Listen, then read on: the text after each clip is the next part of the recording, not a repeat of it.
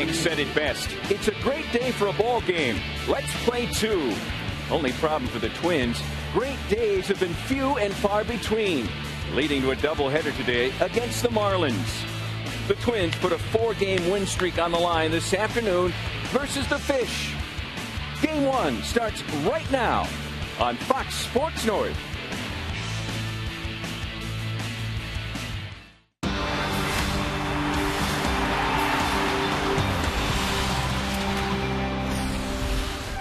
The boys of summer will have another opportunity to play winter ball today, actually a pair of opportunities. The Twins will double up today against a school of Marlins who must definitely feel like fish out of water at Target Field. Winter Storm Zeus has passed. It's time to play baseball.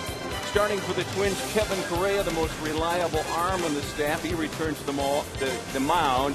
Jose Fernandez for the Marlins. Today marks the return of Mike Redmond, who spent 5 seasons here as a catcher for the Twins, now in his first year as the Marlins manager. Mike Redmond credits Ron Gardenhire as his mentor and focusing on managing, and quite a leap from Class A for Redmond. But Gardy downplays all that, saying that Redmond had the aptitude as a player to manage games and men. Great guy. He's a ex-catcher. You know, he's paid attention, as I said, when he was in our dugout and backing up. He was always into the game and paying attention. So it's fun to see him over there. We all knew that he would be in this part of the game eventually. And it's fun to see Red, just a class guy. And we've had a lot of fun with him here. Now we've got to show him a little bit about Twins baseball. He backed his players up. I mean, he was always in our corner. We knew that, and we played hard for him. I mean, and he made it pretty simple. He said, "Hey, you guys play hard for me, and play the game the right way, and you'll never hear anything from him or never have a problem." And that was true. And we played hard, and we went out there to win. And you know, I learned a lot from Gardy, man. I have a lot of respect for Gardy, and he knows that. Mike Redmond's Marlins make their second trip ever to the Twin Cities today to face a Twins team that has given fans multiple reasons for optimism. The first of 2 today at Target Field as Minnesota meets the Marlins right here on Fox Sports North.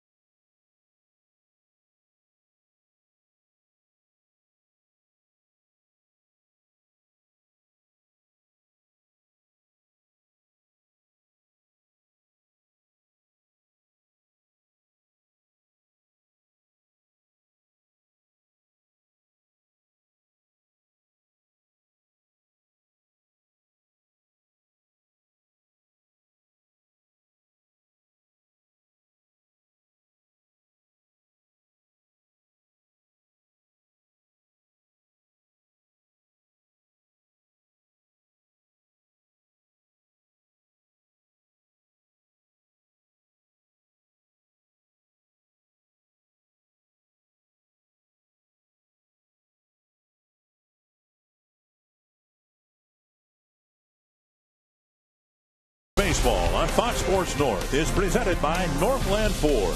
Visit northlandford.com and your local Northland Ford dealer today. And by Menards. Save big money on all your home improvement needs at Menards.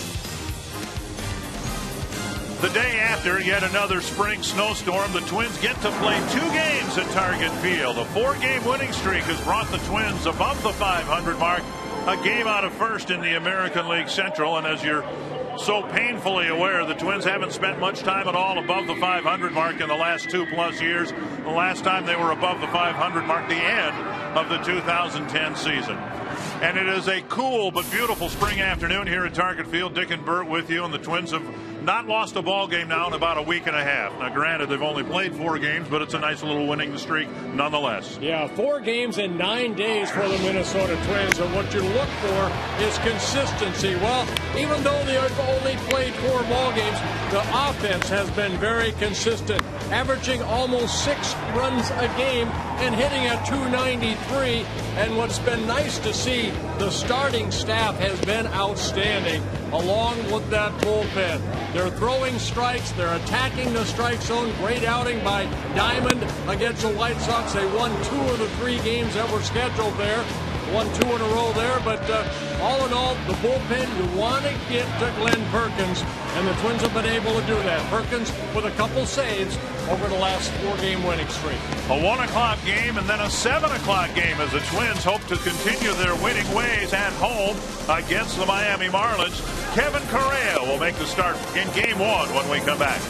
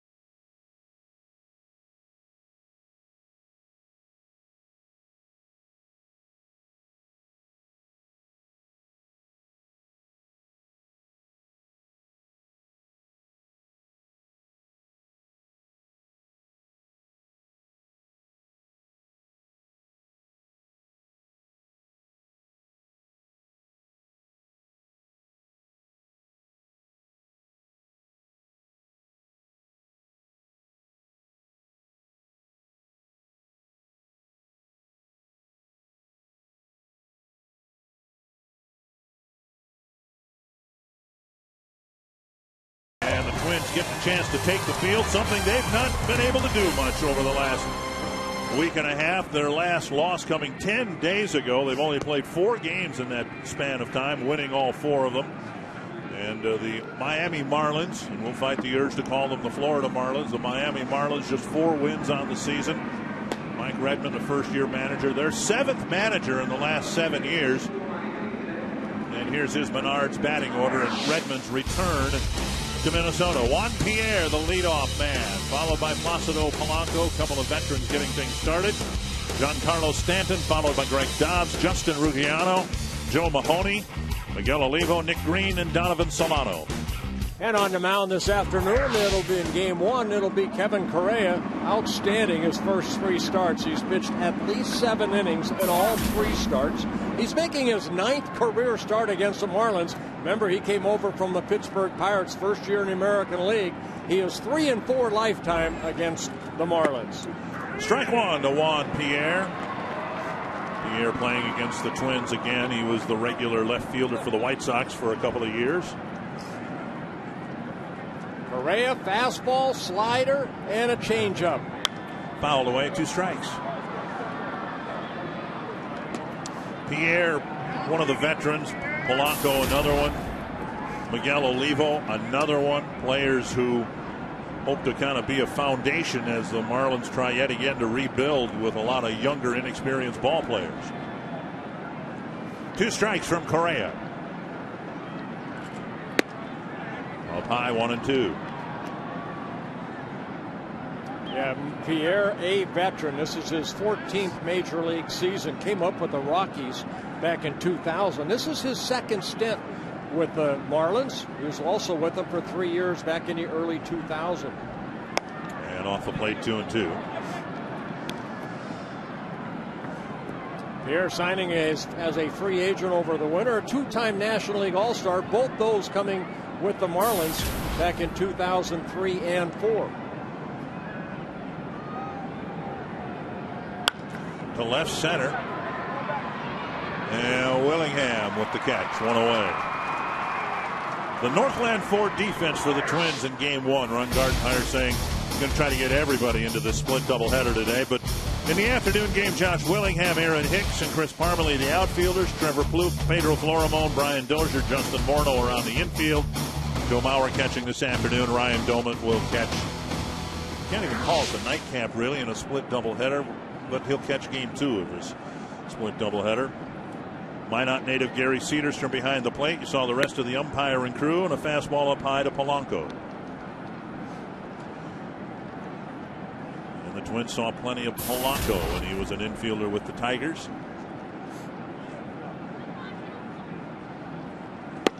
And a strike.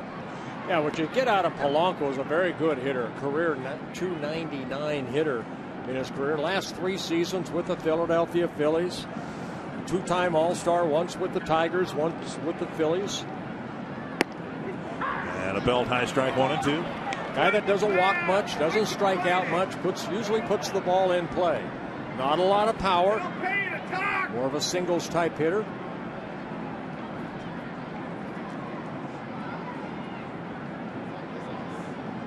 One and 2.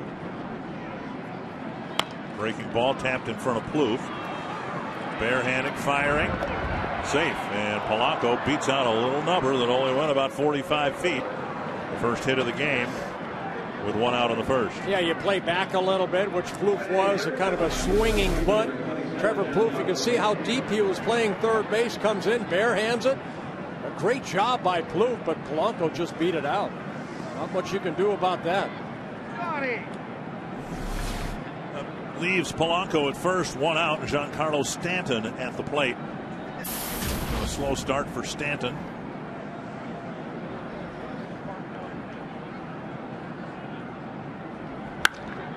Hits a double play grounder to Florimon. And that takes care of that. 3 men come to the plate and a scoreless top of the first inning.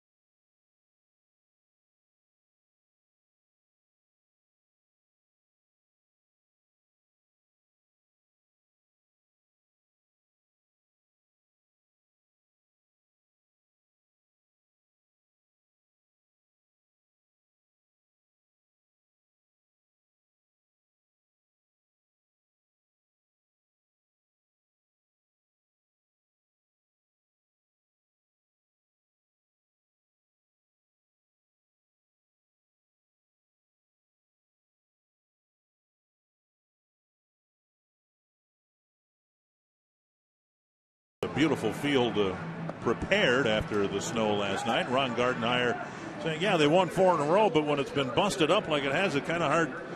It doesn't feel like they're actually on a winning streak. Baseball, you want to get into a routine. Right. Twins have not been able to get in that routine yet. Here's the Twins batting order, brought to you by Menards. Brian Dozier in the leadoff spot.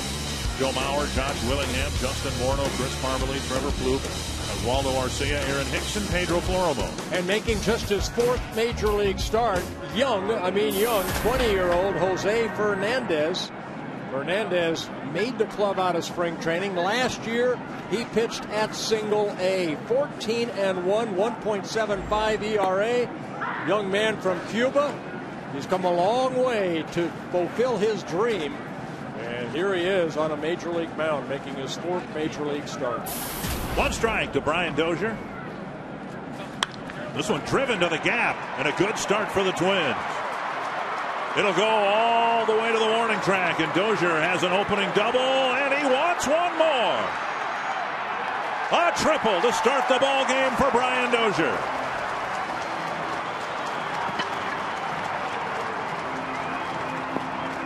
Now that's the way to start a homestand. Well, I got a fastball right there from Fernandez, and he drilled it into left center field. By the time the ball could get back in, you see that 411-foot mark here at Target Field. The ball rolling all the way toward that bullpen. It's up to Brian Dozier right here. Can I make it? And sure enough, a head-first slide. He's in with the triple, his 2nd triple of the year. Infield playing back for Joe Mauer, who hasn't had many RBI opportunities like this one. And he takes down low, ball 1. I think what we saw, Bert, was one of the elements that made Dozier the strongest candidate to hit leadoff in the absence of Aaron Hicks. He's not a base stealer like Hicks, but he's got pretty good speed, hit one in the gap, and was able to make it a triple. 1-0. Mauer fouls it back. Well, Fernandez has a good fastball, clock between 91 and sometimes about 96, 97. Marlins very, very happy at this young man right here. Just 20 years old again. He defected from Cuba back in 2008. His 4th attempt to get to the United States to fulfill a dream and has to play Major League Baseball. Mauer takes in, nice dig by the veteran Olivo, and it's 2-1. Yeah, that's the curveball right there. He's got a big curveball, the sharper curveball. That's a sharp curveball right there. Almost looks like a slider, but they call it a curveball along with a changeup. As much as the stuff, what the Marlins are impressed with is this young man's demeanor, the way he carries himself. 2-1 to Mauer. Off the plate, 3-1. You know, we'll talk a little bit about Fernandez as the game goes on, Dick, but can you imagine 4 attempts to leave Cuba? He got caught the first 3 times, put in jail, and finally defected in 2008 with his mother and his sister. And his mother actually fell off the boat, and he saved his mother. Lifted foul as he. So what's pitching at the major league level? As he said before his first major league start against the Mets a few weeks ago, look, I've been arrested, I've been shot at. Facing David Wright is nothing. Yeah, it didn't take him long. Only 27 minor league starts. Again, 25 of those coming last year. And here he is at the major league level. Full count to Mauer, and he takes ball 4. So now 1st and 3rd for Willingham. Northland Ford defense for the Mets. And again, you'll recognize some of these names. The left fielder, you might know Ruggiano, the center fielder from his Tampa Bay days. Stanton, the fulcrum or the focus of this rebuilding effort for the Marlins. Polanco, Green, Solano, Mahoney, and the veteran Olivo behind the plate. Yeah, they say in Miami that Stanton off to the slow start because he doesn't have the protection he had the last couple of years. So they say he's trying to do too much right now. He hit into that double play in the first inning, swinging at the first pitch. Said he was taking too many pitches, swung at that first pitch and hit into the double play. That the Twins have a 4-game losing streak due largely to Josh Willingham and his 3-run double Sunday in Chicago, and he stands in with runners on the corners and nobody out. Yeah, the winning streak, the 4-game winning streak, the longest for the Twins so far. I'd like to extend that here in this 2 games being played today. Power against power and a swinging strike to Willingham. Willingham, who signed with the Marlins back in 2000, kind of a homecoming to him to face Miami. He played 5 years with the Marlins from 2004 to 2008. Hit his first career home run as a Marlin.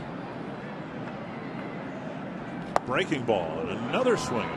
That's that curveball right there by Fernandez.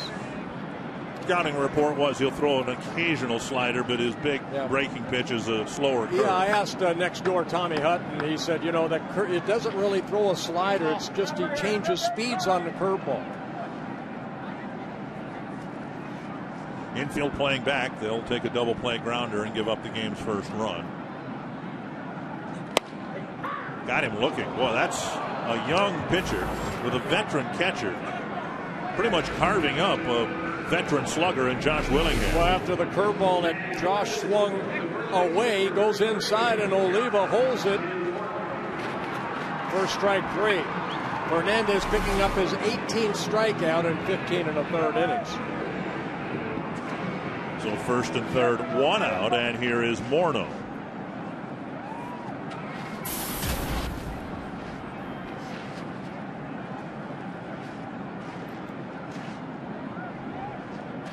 Breaking ball hits the corner.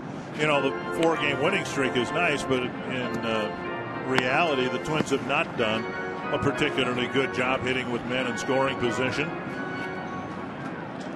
Got a break in winning the first game in Chicago. Finally got a clutch hit from Willingham in the second game. Looking for an early hit here from Morneau. Missing inside, 1-1.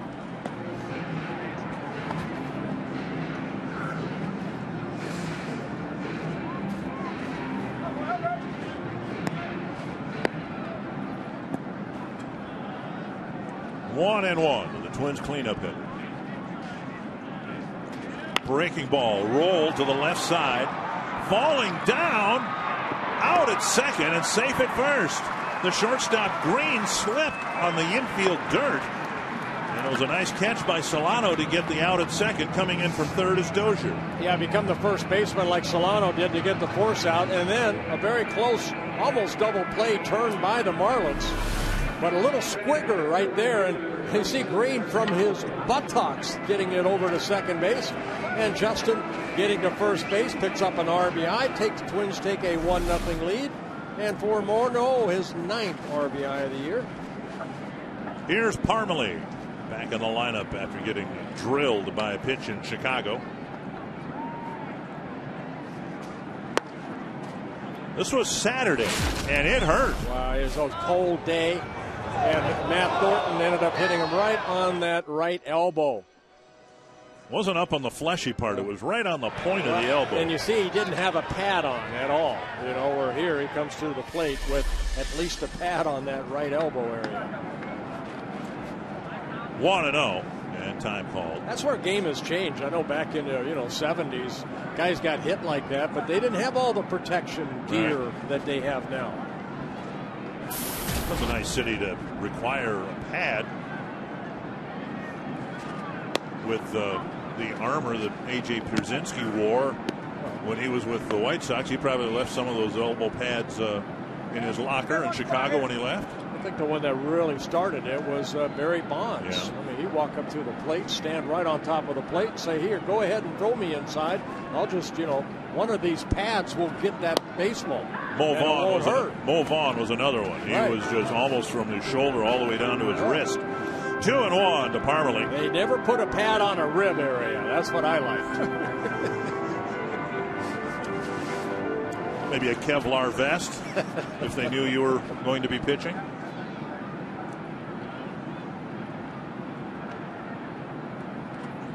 Down and in, 3-1 with Plouffe on deck. Well, Fernandez was supposed to start the night game. And in fact, in the original lineup, Ricky Nolasco was listed as the starter. And then about 10:30 this morning, the Marlins changed starting pitchers. Yeah, that demand came from the ownership of the Marlins.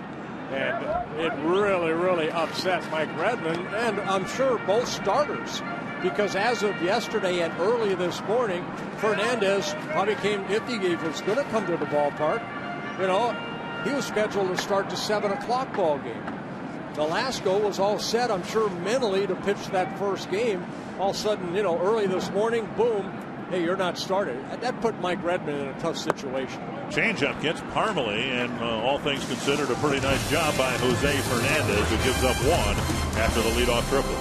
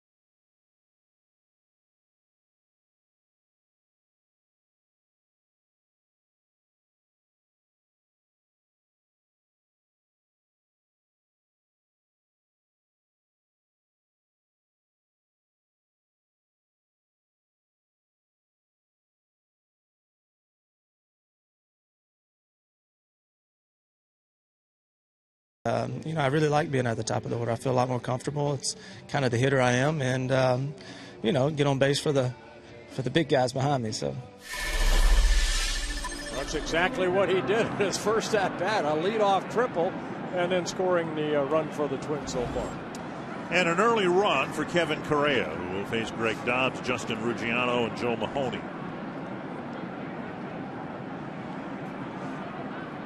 Dobbs hitting cleanup, the designated hitter. Of course, the Marlins out of the National League don't typically use a DH. Up and away, ball one. And when we see these National League teams come to Target Field here, it's always interesting to look and see who fills the designated hitter spot and where in the batting order they place them. Remember when the Mets were in, it was the DH was in the 9 position. Hicks drifts back, makes the catch, one away. So here's Dobbs, who does have a home run, hitting .232, hitting in the DH spot for Mike Redmond, one away. And now Justin Ruggiano. Marlins, by the way, and I'm not sure it's worth much, it's a statistical oddity. Of all the National League teams, and there are only 15 of them now, they have more interleague wins than anybody else in the National League. Just the third series, though, against the Twins. Fouled away, one strike. Yeah, they were in Minnesota back in 2002, and then in 2007, the Twins went down to Miami. And we'll go back there again this year for a couple games. 2-game series, yeah. I don't particularly care for these 2-game series, but that's what the schedule gives the Twins. If we're snowed out in Miami and have to play a split doubleheader, I am looking forward to seeing that new stadium. We get a chance to see that one. We get a chance to see the Nationals' new ballpark for the first time. Lifted down the right field line, and it'll be chased by Parmalee. And it drifts out of play. Well, the Florida Marlins, they have not had a very good start to the 2013 season. They had scored only 43 runs in the 19 games they have played. The batting average, you can see they rank last in all those departments. Only 6 home runs. Pitching staff has been pretty consistent. It's just that they have not had a lot of offense for Mike Redmond. Swing and a miss. And a strikeout for out number 2. We'll bring up Mahoney. Correa picking up his first strikeout. Good hard breaking ball there. Good downer. 2 down, and Mahoney will hit.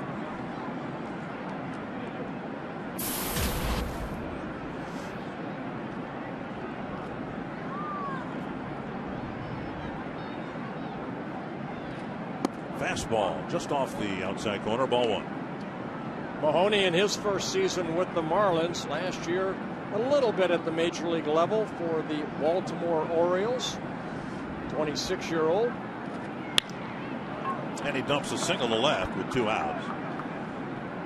And that'll bring up Miguel Olivo. When you join the Twins season ticket family this year, you'll be hitting the sweet spot. Purchase any of the Twins season ticket packages and get 10% off all food, beverage, and merchandise bought at Target Field. Call 800-33-TWINS. Visit twinsbaseball.com. Check out the options and learn about the cool benefits that come along with Twins season tickets. Here is the veteran Olivo. And outside ball 1. Yeah, Olivo in his second stint back with the Marlins. He was with the Marlins in 2006 and 7. If it seems like it's an odd place for the Twins to be leading this early in the ball game, you're right. It's just the 4th time this year that the Twins have scored first. 1-1. So whether it's Correa or Worley, Pelfrey, the starters aren't used to pitching with an early lead.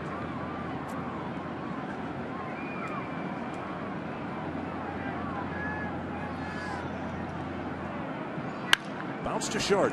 Hit right at Florimon. The easy way is throw to second base. It turned out it wasn't that easy. Dozier had to make a great catch, keeping a foot on the bag to end the inning.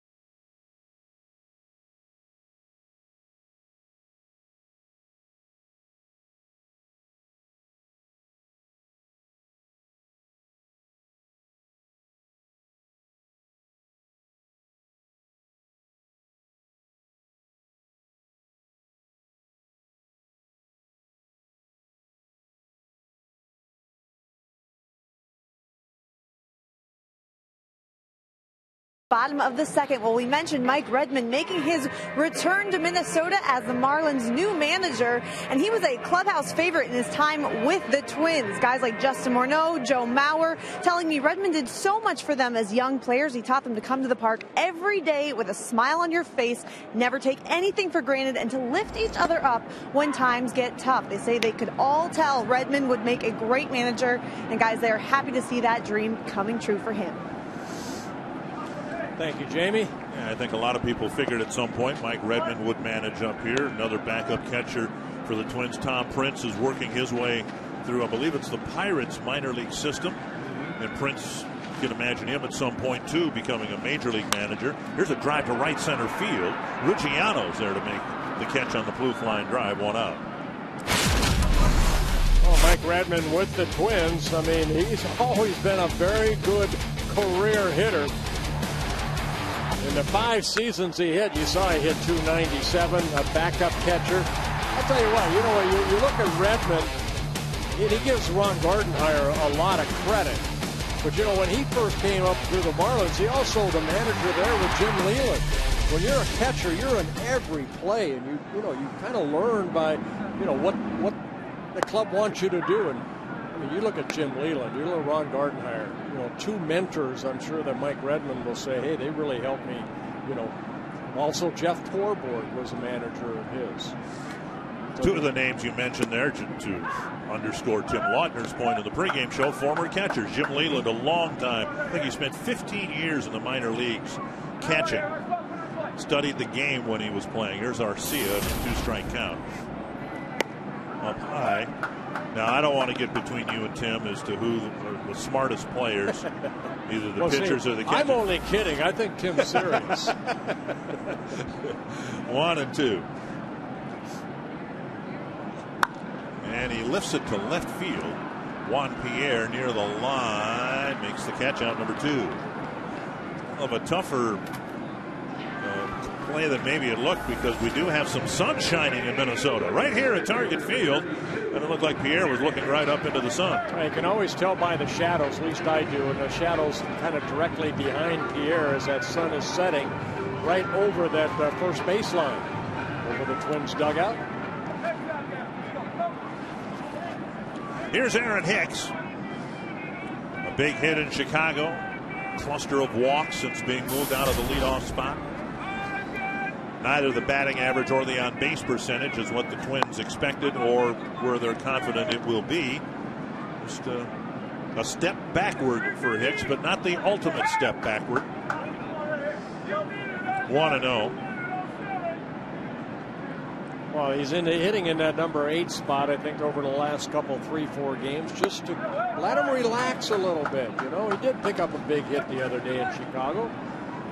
That was he kind of set that stage to give Josh Willingham that opportunity to hit the big 3-run bases loaded double. 2-0 to Hicks. Baby steps, I guess. And a strike 2-1. If you're of the belief that a period of good hitting filled with a lot of base hits follows after a period of drawing some walks, and maybe Hicks is headed in the right direction because he's drawn the walks. Now he needs to collect some hits here in this homestand. 2-2. Well, what you want to see is just constant good wood on the ball. That's what you want to see, and that's what Hicks really hasn't. He's had some pitches that he's fouled straight back, but you want to see that ball put into play rather than in foul territory. Breaking ball missing 3-2. And that's what we've seen too. He's staying off that pitch. Tom Bernansky told me, at the beginning of the year he was lunging at that ball. Now he's staying back a little bit better, and we've seen the base on balls because he is taking a better look at that breaking ball. Full count with 2 gone to Aaron Hicks. And there's a walk. See, what set that up was that 2-2 breaking ball, laying off of it. First of the April, he was swinging at that pitch. Everyone relieved that the snowfall that fell last night about half the predicted amount. They were talking 6 to 8 inches, and it was about half of that. And I asked Larry DeVito, who of course is the head groundskeeper here, and the operations people at Target Field actually in charge of getting the snow out of the seating area. If they had gotten the 6 to 8 inches as was predicted, we might not have started on time today, but they caught a bit of a break. Still an awful lot of hard work to get this field ready. Unbelievable work. I know I got here about 9 o'clock. The warning track in front of the dugouts almost all underwater, and everybody did a great job of making this field look like it's playable, and the warning track was just soaked. And after playing 2 games on it today, the field and everybody could use a bit of a break tomorrow. A scheduled off day. Right now 37 degrees. We might top out at about 42 by end final innings or toward the end of the game. What's fun to watch is when they watered down the infield before the game, you could actually see the heat kind of rising from the warmth of what's underneath this field. Again, something they don't see in Miami. No. They see the heat coming up. It's only because of the sun outside and that 98-degree weather. When asked about Fernandez before the game today, Ron Gardenhire said all they really have is some video. And one of the things they would have watched is his time to home plate, his move to first, because now here with Hicks at first and 2 down, they've got what might be a base stealing situation. Yeah, first time we have seen Fernandez, but talking to Tommy Hutton and their staff over here, I mean, this kid's built pretty good. 6'3", about 240. A lot of his weight, you can see the leg strength that he can generate. And they almost got him picked off. That was close. Now they're calling a balk. Second base umpire DJ Rayburn is calling a balk. Now Mike Redmond can't come out and argue a balk any more than he can argue balls and strikes. And DJ Rayburn saying just that, don't cross the line. Let's take a look right here. What does he do? To be honest with you, I don't know what he did. You have to move your right foot. He's pointing to his right foot on the pitching rubber, but you have to turn your foot to throw to first base. Well, now 1-0 to Florimon, and Hicks' speed is in scoring position. Foul back, 1-1. Let's take another look right here. You know, to throw to first base, you have to pick your foot. Oh, I see. Okay. Picked up the front leg or the front foot. Picked up the front foot first. I thought he was pointing toward the back foot, DJ Rayburn, but it was the knee and the front foot. 1-1 to Florimon. 2-1, and so you got a kid out here, 20 years old, and he's experiencing everything for the first time. He hadn't seen snow until yesterday.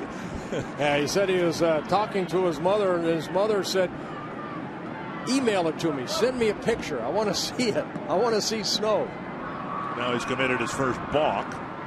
And a called strike. We've got Gary Cedarstrom apparently calling a high strike zone. Well, the strike zone is supposed to be about the letters on down to the knees. And that looked like just above the belt. But I'm a former pitcher. I would have liked that. Again, anything on the fly between the batter's boxes should be called a strike. Should be a strike, yep. Keep the game moving, boys. Fouled away. Well, the Twins were opportunistic enough, both here against the Angels and in Chicago against the White Sox, to take advantage of a situation like this. They were given a whole handful of walks in Chicago and really didn't take full advantage of that, but see what they could do with this 2-out walk and balk. Fouled at the plate. That looked like the changeup right there. Florimon got a piece of it. You know, I came to the big leagues at 19 years old. I know what this young man's going through. Everything is new, and you know, you watch and you learn, and you hope that you learn from your mistakes, and you watch your teammates go about their business. Fouled, and Florimon's going to try to walk this one off. Ouch. Well, it's just refreshing to hear that, you know, Jose Fernandez fascinated with the sight of snow. And as a Minnesota native, you know, some of us have seen too much of it, particularly lately. Well, we talked about the pad that Parmelee is wearing now, and I'm sure his next at bat, as we see it now with Aaron Hicks wearing that little pad on their ankle area, that Florimon might be wearing that as he kind of limps, back steps and limps a little bit. That's got to hurt. So there's I wish I could say some... that before the designated hitter rule was Right. put into play in my years in Pittsburgh, that I did that, but I think you have to make contact to be able to hit that into your shin area. Pulled on the ground to Mahoney, who will go to the bag and end the inning. So the rookie pitches around the walk and the balk. It's still 1-0.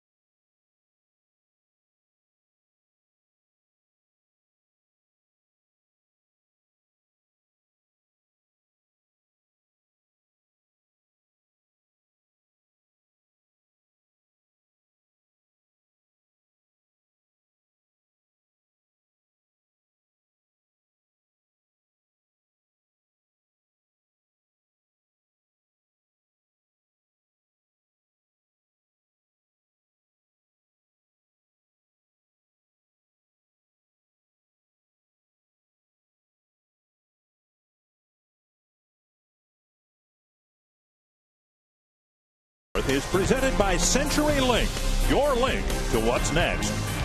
By Grand Casino, the best stories start here. And by Sanford Orthopedics and Sports Medicine, for the everyday competitor in all of us.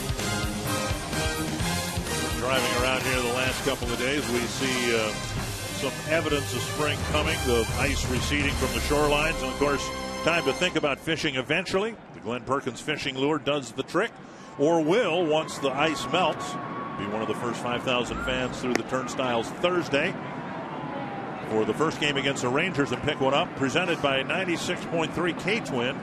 The Glenn Perkins fishing lure will look great in any tackle box. Here's Nick Green leading off the third. One strike and now a ball. Now, looking good in the tackle box. And the Eddie Guardado lure looked good in my tackle box. Didn't catch any fish. But now we got a native Minnesotan with a fishing lure. That's a nice combo. That's almost should be a guaranteed catch somewhere. Legitimate concern about the status of the fishing opener and how much open water there'll be in some of the lakes in northern Minnesota. 1-2 to Nick Green. He'll be followed by Donovan Solano and Juan Pierre. Yeah, Nick Green just got called up from AAA on April 18th. And I think he went after that. No. This is David Rackley. Rackley added to the crew here, we think, because of the split doubleheader. I think it's a contract rule, a collective bargaining thing with the umpires. There has to be 5 umpires, and 4 of them will do both games. Yeah, it was Lance Barksdale that was at first base, but he'll probably have the plate. Sky to left field. It'll take a while for this to come down. One down. You can get into the game on Fox Sports North and talk baseball. Submit a question online at carsoup.com/baseball. Tyler Morgan in Apple Valley with a question for you, young man. When you pitched in cold weather, did you try to pitch in on the hands? It depends on what the scoreboard dictated a lot of it. You just admitted you like to pitch in on the ribs. Well, you know what? The scoreboard dictated a lot of what you try to do on, like today. I see right now Correa, we're basically working outer half of the plate. And, first thing you get ahead. And Correa's done a good job of that so far. But you see him blowing on the hand right there. You try to keep moving as far as your body. You're probably the warmest person on the field right now because you're constantly moving. But to pitch inside, depending on who the hitter is, I never say, okay, in. My strength was always down and away, and then you pitch in for a purpose, and then hopefully you get the strikeout on the curveball. Interesting column today in the St. Paul paper about tonight's starter, Mike Pelfrey, and Rick Anderson's assessment. You've commented on it up here that Pelfrey's become predictably inside, and he's not using the outer half of the plate enough, and as a result, he's gotten hurt inside. Oh, there's a good pitch right there, and there's strike 3. Correa picking up his second strikeout, and there's a good pitch outside. Good breaking ball. Watch Joe sit outside, give him a good target, and boom, hold it. And Cedarstrom says, you're out of here. Well, that's just exactly what the Twins would like to see more of from Pelfrey, working both sides of the plate. Again, as a youngster, I watched Jim Perry, Jim Cott, I watched Catfish Hunter, Ferguson Jenkins, all these guys that are in the Hall of Fame or should be in the Hall of Fame that control the outer half of the plate. Greg Maddux, Tom Glavine, those guys that are going to be future Hall of Famers. What made them successful? Down and away. Ted Williams, chart. If every pitch was down and away, he would have hit 262 in his career. What's that tell you as a pitcher? Yeah. You have to control that first, and then you come in for a purpose. But is it fair to say that one of your common criticisms of some of the pitchers the Twins have had the last couple of years is that they didn't come inside enough? Well, first of all, they were unhealthy. Right. That's the main thing. You have to feel 100% out there or in the 90% when you're out there. When you're favoring something, it's hard sometimes to control both sides of the plate, but that's what pitching is, trying to control both sides of the corner. My goal in every game as I got older, and it took a while to learn it, I wanted that 17-inch plate to become a 23-inch plate. How do you do that? By hitting your spots, outer half and on the inner half of the plate. 1-2. And those umpires will go with you as long as you're hitting your spots. No better example than Greg Maddux in his career. mean, that plate was sometimes 40 inches wide. Fouled away. So that's a good pitch right there. So I guess it's as it's true for a hitter who needs to use the whole field. If you're a pitcher, you need to use the whole plate. Well, you see Mauer sitting away, and look where the pitch is. Good pitch. And Pierre just fouled it off to keep the bat going. Good two-seamer right there. Had some movement. See the low pitch count on your screen. This will be the 34th pitch for Correa, hoping it's the last of the third inning.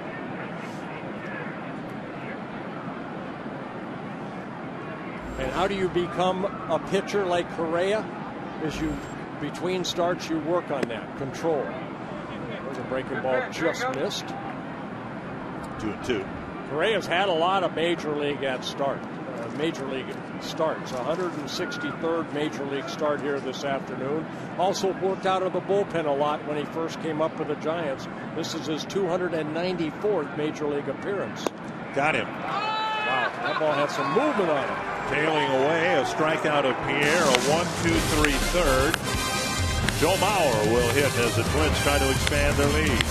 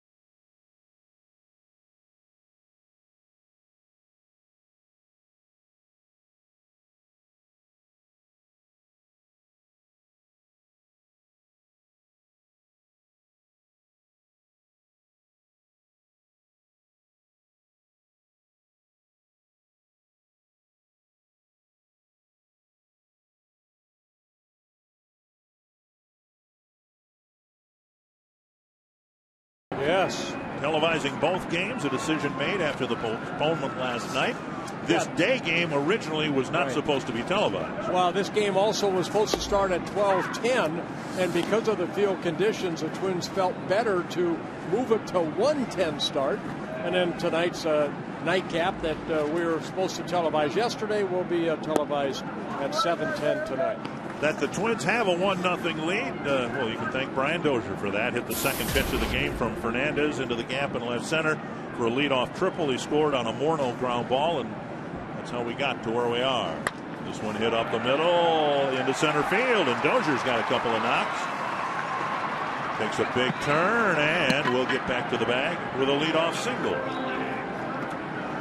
You can get interactive with us during the broadcast with our AT&T Twitter poll. Today starts a new question for the week. Who will lead the Twins this season in runs batted in? You can tweet your answer using the following hashtags. Hashtag RBI Willingham, RBI Morneau, or RBI Mauer. We'll give you the final results of this poll on Sunday when the Twins battle the Rangers. Well, a little history. Last year, Joe Mauer had 85 RBIs. And, of course, Josh Willingham led the club with 110.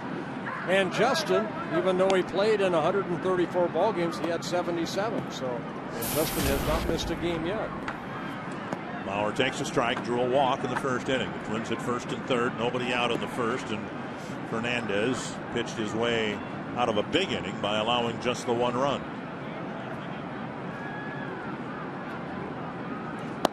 Side, and Olivo bluffs a throw to first. That was a good at-bat by Dozier because you mentioned, Dick, you know, he got that fastball in his first at-bat, hit the triple. That last at bat right there that he got the single was a pretty good breaking ball that he just hit right up the middle, just out of the reach of Nick Green at short. And Dozier getting on base, doing what the Twins want of the leadoff hitter, whoever it is. Lauer takes down and in, 2-1.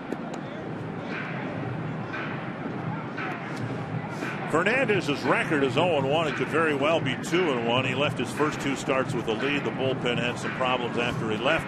Didn't get a decision. He did get a decision in his last start against the Reds, and he gave up one of those big innings. The Reds touched him for a 4-run inning and ended up taking a loss in the ball game. Bauer takes another strike at the knees, 2-2.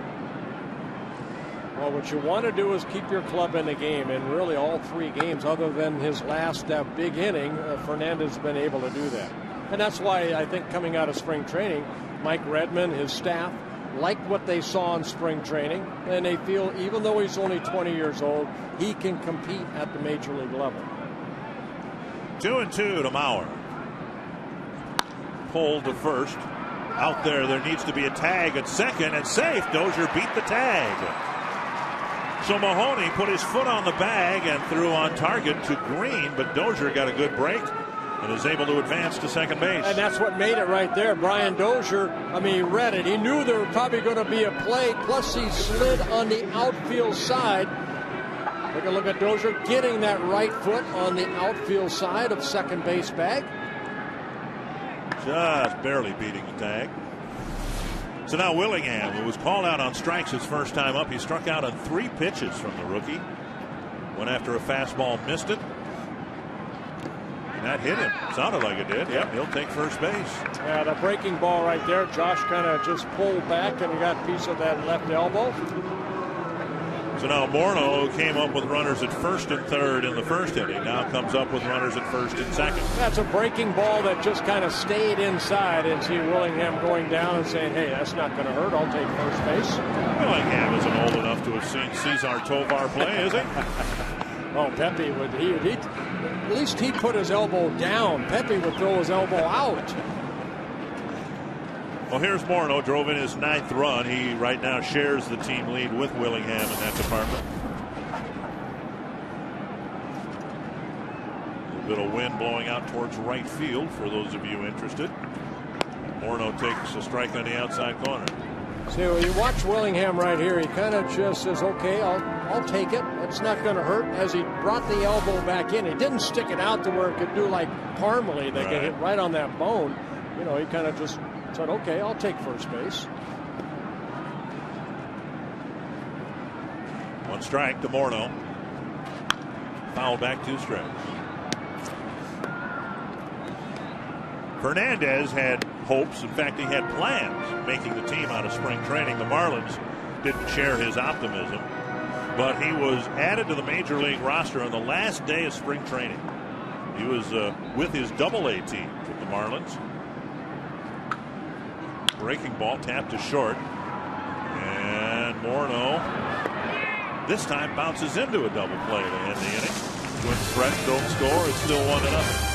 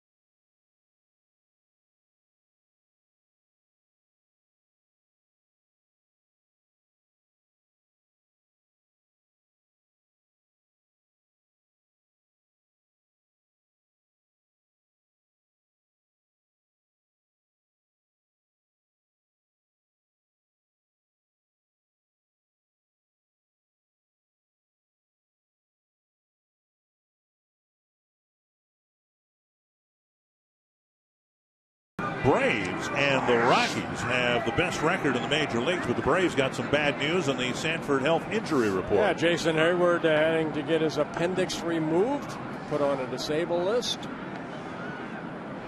Still have your appendix? Yes, I do. How about you? Yeah. Tonsils? No. How about you? Yeah. Although I think what they told me once about tonsils is when you get anywhere as close to my age, they pretty much shrink to nothing. Don't even go there. What? No.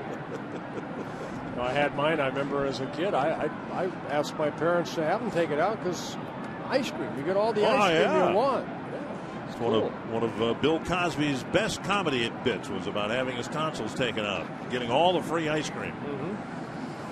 1-1 to Placido Polanco. He's singled in the first.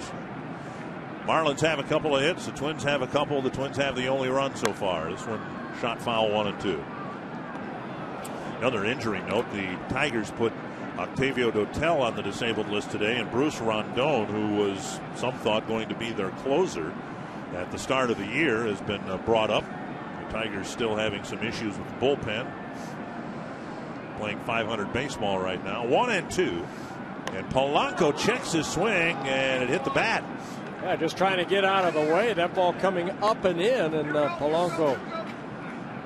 Sometimes it's a good thing that bat gets in the way.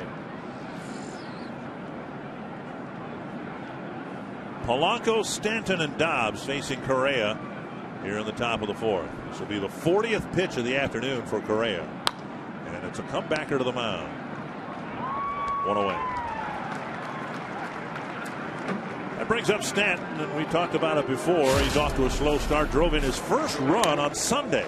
Yeah, this young man right here, only 23 years old, already in his 4th season with the Marlins. Made the All-Star team last year. But again, you know what? You take all the good hitters around you and you trade them. Trying to do a little bit too much. That's what they're saying in Miami. And he injured his left shoulder. Made a diving attempt for a catch in the outfield and missed about a week with a sore shoulder. Yeah, the 37 home runs he hit last year, that was second in the National League behind Ryan Braun. He hit 41. Big swing and a miss. He'll do that a lot, but when he makes contact, the ball tends to go places more normal people can't hit the ball. Okay, is he a right-handed hitter version of Adam Dunn? Well, I think the Marlins are going to be quite disappointed if he turns into a right-handed version of Adam Dunn.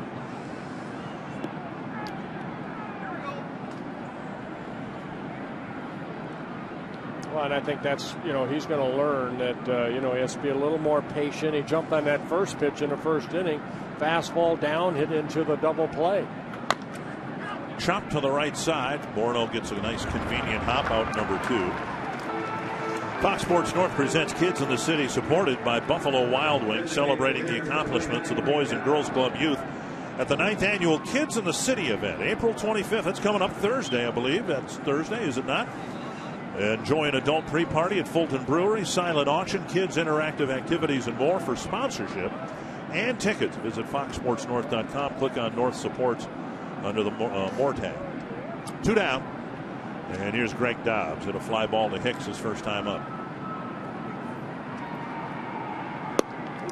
Just think what the fan base in Miami has gone through in the last 13 months. The start of the 2012 season and to where the franchise is now. You had the whole Guillen Castro thing, which was, just about a year ago. And then an absolute pillaging of the roster to where instead of having Reyes and, the whole roster that was dealt away, now you've got Stanton, and fans want to believe that they're going to see Stanton fulfill a long career with Miami, but the track record with the franchise has been terrible. I think, and a lot of people in Miami feel that they will not go back to that ballpark until there's a new owner. So a lot of pressure. They went from 15,000 season ticket holders last year to 5 this year. 1-1 to Dobbs. So it's frustrating in Miami, and that's what Mike Redmond has kind of put into. But, you know, you do the best with what you have with. And a lot of, you know, these guys like Dobbs, for example, his third season with Miami, you know, he's had some major league experience with the Marlins and the Phillies. Career .270 hitter, getting an opportunity to play on a regular basis. 1-2, and now off the plate 2-2.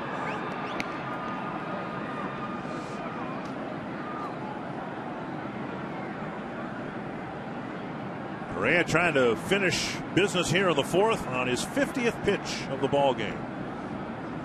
49 on your screen. They have 49 already posted here at the ballpark. Little chip shot, and that'll drop in short left field. And a base hit for Dobbs will get Ruggiano to the plate.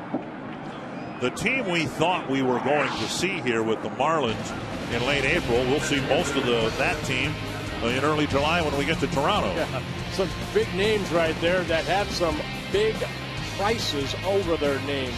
$146.5 million in payroll sent to Toronto. Look at that. Wow. John Buck, of course, left. I mean, he's now with the Mets.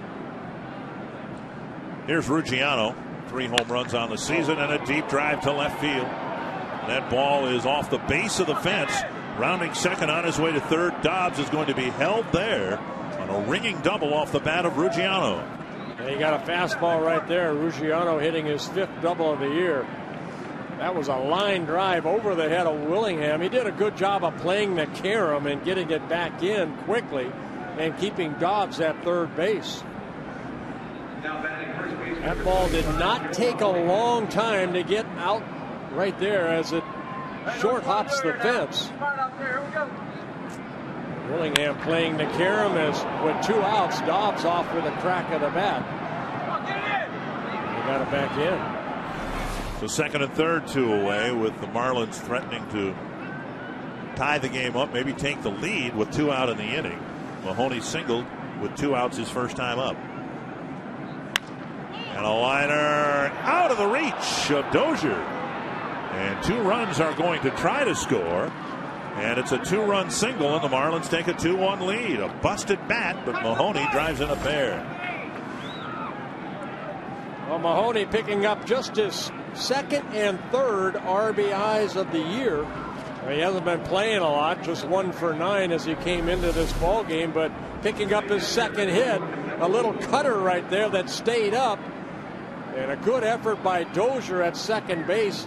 Dove for the ball, just came up short. The throw home, but the Marlins take a 2-1 lead. Dobbs with a little chip shot. Ruggiano drills a double. Another little flare into the opposite field. And here's Olivo taking high.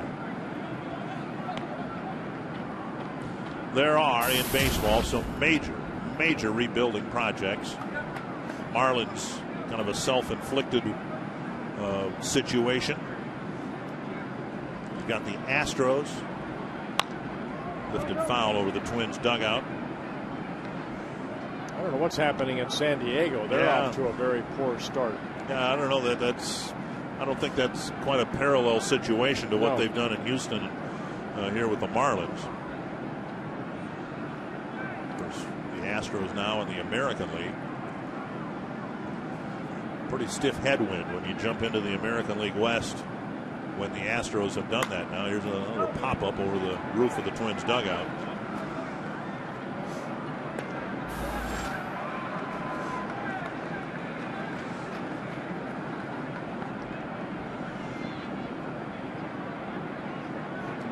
Correa giving up 3 straight 2-out hits and giving up the lead here in the fourth.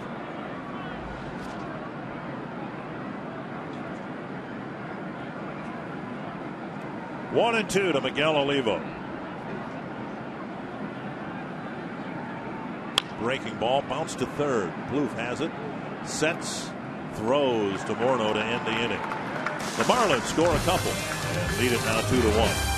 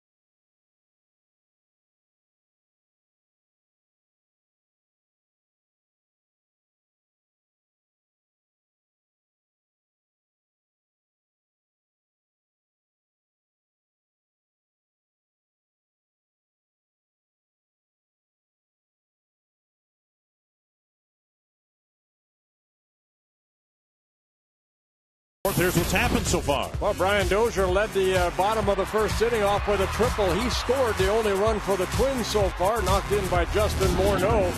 Of a couple runners in scoring position and 2 outs, Maloney hitting a 2-run single that gave the Marlins a 2-1 lead, and Jose Fernandez making just his 4th major league start, starting his 4th inning of work with a 1-run lead now. And he'll face Chris Parmelee, Trevor Plouffe, and Oswaldo Arcia. Twins planning on playing 2 games here today, or 1 less than they played all of last week. Look at the Twins' record, 8-7, but just 15 games played, 3 fewer than the Cleveland Indians already. There's a rocket right past the glove of Fernandez. And Parmelee tees off on the first pitch. I always call these a little wake-up call for a pitcher when that ball comes right back at you over your left shoulder. Fernandez, he watches follow through, a line drive. Boy, he got that glove up, but it was too late. That ball was on him in a hurry into center field. Good at bat for Parmelee, jumping on that first pitch. Twins get their 3rd hit, Parmelee's first. Plouffe, who lined out to the center fielder his first time up.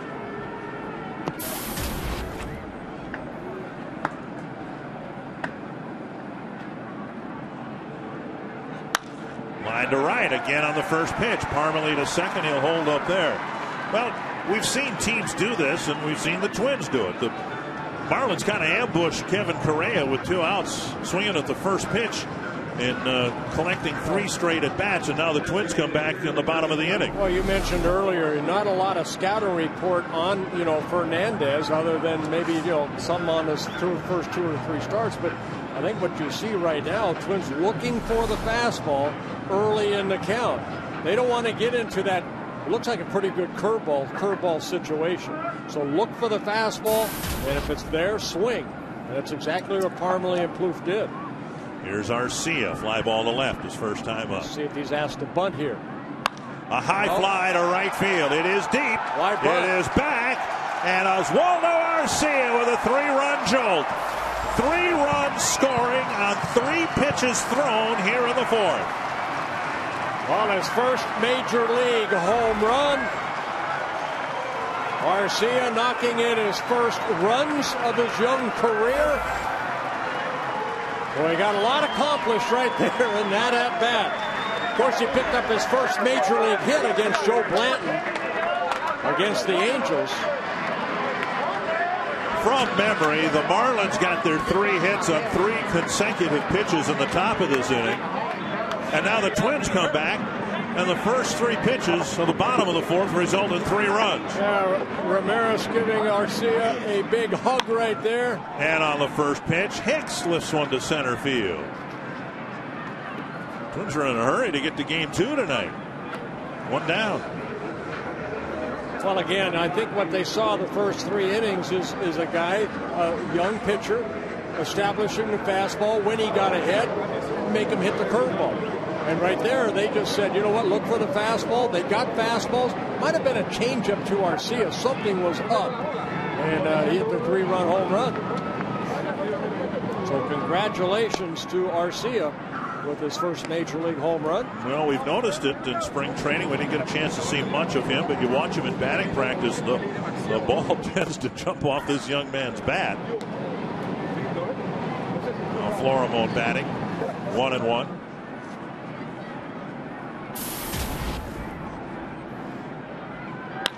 This to left field. Pierre coming in. Out number 2. Let's take a look at the pitch right here to Arcia. That's a fastball right there, and Arcia with the uppercut swing.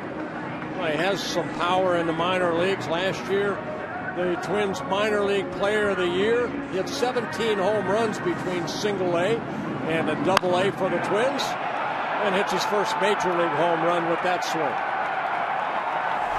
Here's Dozier. A strike. Dozier off to a good start.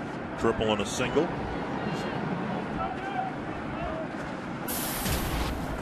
I think you had a call in Chicago that was going to be Arcia's breakout game. Yeah, I did. That was Sunday. You're just a one game and 2 days early, off. Just a little early, that's all. Story of my life. Sorry to hear that. 2 strikes. And fouled away.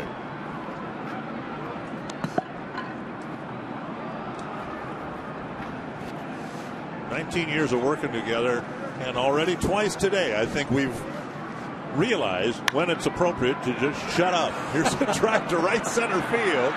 Nice basket catch by Ruggiano. And he did a good job of that. That's right. The first 3 pitches thrown by Fernandez result in 3 runs for the Twins.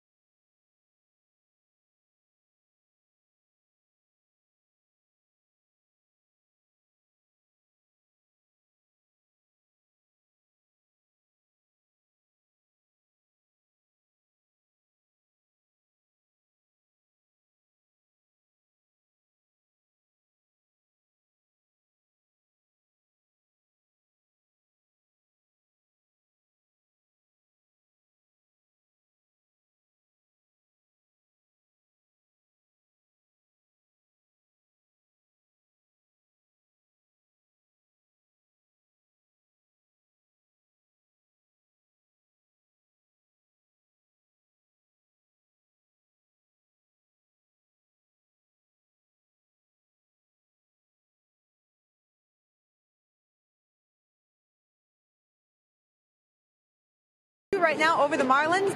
I'm Jamie Hirsch, hanging out here in the Minnesota Lottery Winners Circle with a very special family celebrating today's Twins game. It says Circle S. Burt, their son, is actually deploying tomorrow to the Persian Gulf. You could spend this day in a lot of ways. Why'd you choose to come here today? Just good family times, you know, hanging out with mom and dad and the friend, spending time with each other, you know. Fantastic. Well, thank you for your service. And, hey, we're going to send Mom and Dad home with $100 worth of scratch-off tickets from the Minnesota Lottery. Thank you for being here today, and enjoy the game. Thank you. Well, back to you. Yeah, thank you, Jamie. Thank you, young man, and God bless you. Good luck.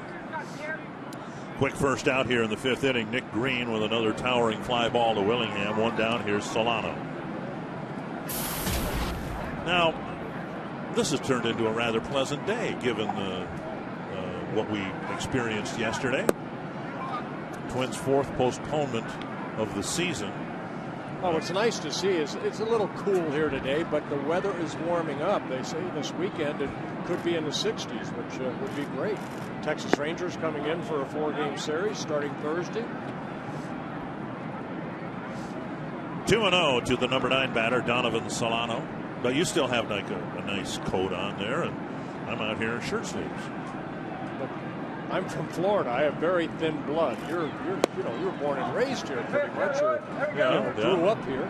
I've got my Filson wool long underwear under this dress shirt here. Oh, that's why. Very comfortable. Got a Pete Filson? No, no. Strike on the inside corner, 3-1. Pete Filson, a left-handed pitcher the Twins had in the 80s. Well, Correa had the one little hiccup there. Didn't take long, just a 3-pitch sequence that cost him a couple of runs. But now he's got a 2-run lead. And he walks the number 9 batter. Yeah, first walk of the ball game for Correa. That'll bring up Juan Pierre.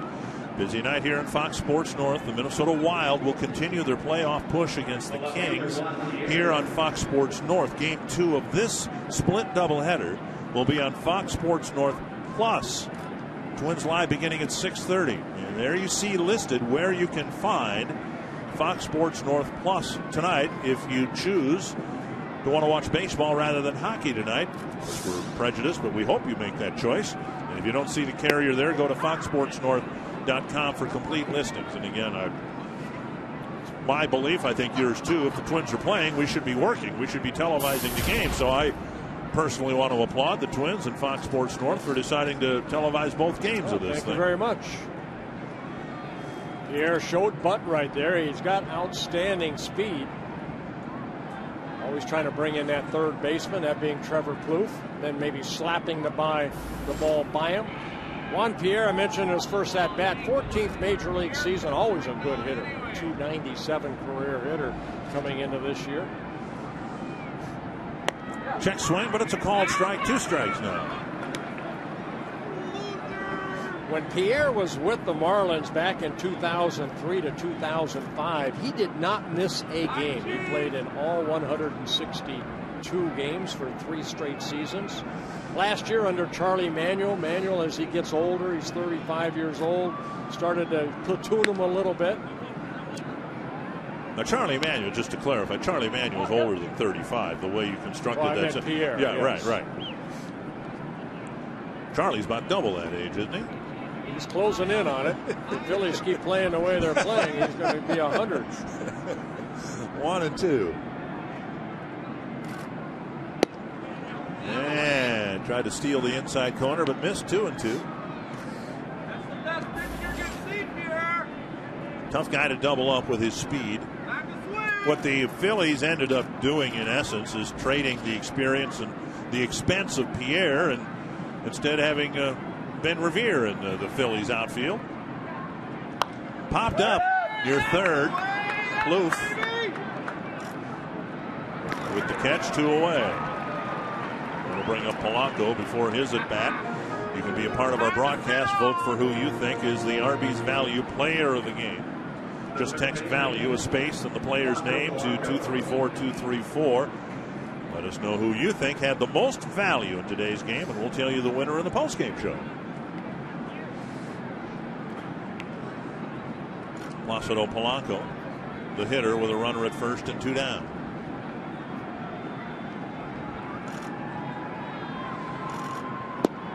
Clipping that outside corner. Yeah, what Mike Redmond has is 2 veterans in that number 1 and 2 hole with Pierre and now Polanco, 2 guys that have a lot of major league experience. Polanco, this is his 16th major league season. Both singles type hitters, and that's why it's surprising that Stanton, hitting in that number 3 hole, only has the 1 RBI. Given what the Marlins have decided to do, to have veterans like Pierre and Polanco apart from their production on the field, you want guys who are good in the clubhouse and good with young players. What little I know about both of those guys, they've got that in Pierre and Polanco. Off the plate, 2 and 1. Guys that don't miss too many games either. They want to come to the ballpark. They want to play. But again, setting an example, leading by example. Maybe not the most vocal guy. Well, Pierre's vocal. He talks all the time.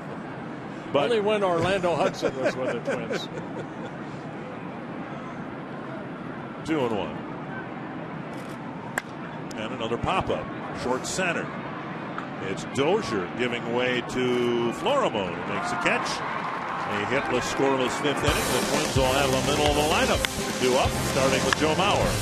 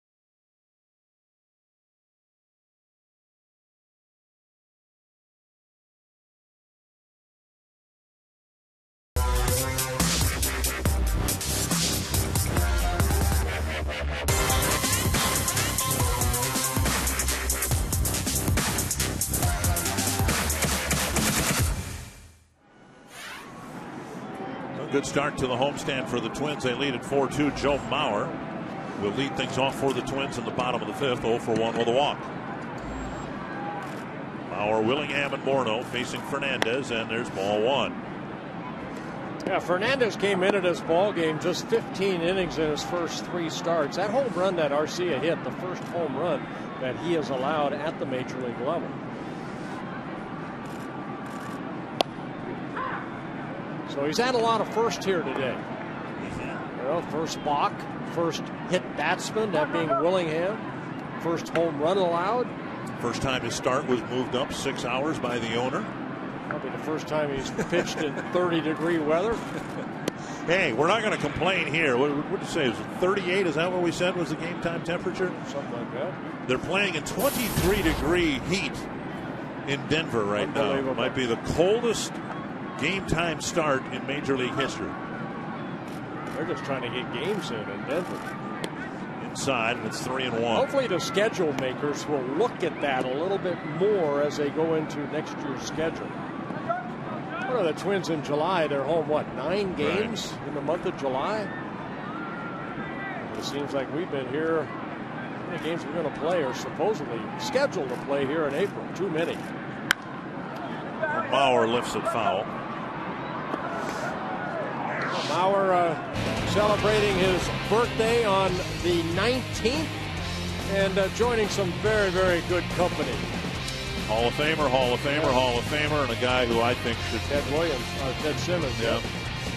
Simmons lasted 1 year on the ballot. I think it's one of the greatest injustices. Now that you're in, one of the greatest injustices. A guy, and I don't remember exactly, over 2,700 hits. Some as a designated hitter later in his career. Switch hitting catcher that had power from both sides. I was surprised. You know, I had the opportunity to be on that Veterans Committee this year, and I hope they ask me again, because there are guys that I feel that should be in that are not in that Hall of Fame. Nice fielding play by Fernandez. He has to kind of reach back and get Mauer's first hop, 1 away. Simmons, a perennial 300 hitter when he was with the Cardinals and then later with the Brewers. And again, he didn't get enough votes to stay on the ballot beyond his first year. And, you know, if Mauer stays healthy, I think it's a foregone conclusion he'll be a Hall of Famer as well. Here's Josh Willingham, and he takes ball 1. Willingham hit by a pitch, and he was called out on strikes. He hasn't seen a whole lot of Fernandez. Fernandez struck him out on 3 pitches and then hit him with a curveball in the 3rd. Down the middle of strike 1 and 1.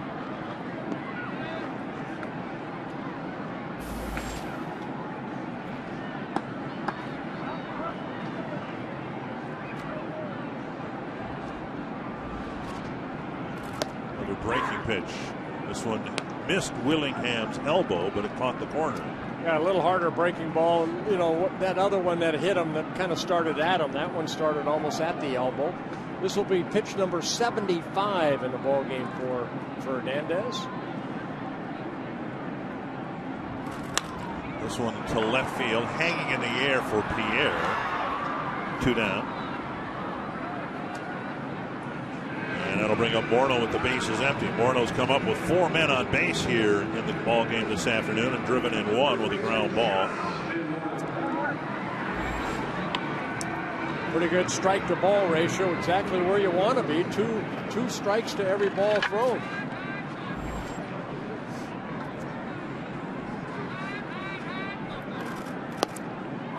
You get to this point now, 4 starts into Fernandez's major league career, and if you're the general manager and maybe in this case the owner, you wonder about the wisdom in bringing this guy to the major league so early. Here's a rope stroke to right field, and it's a base hit for Morneau with 2 outs.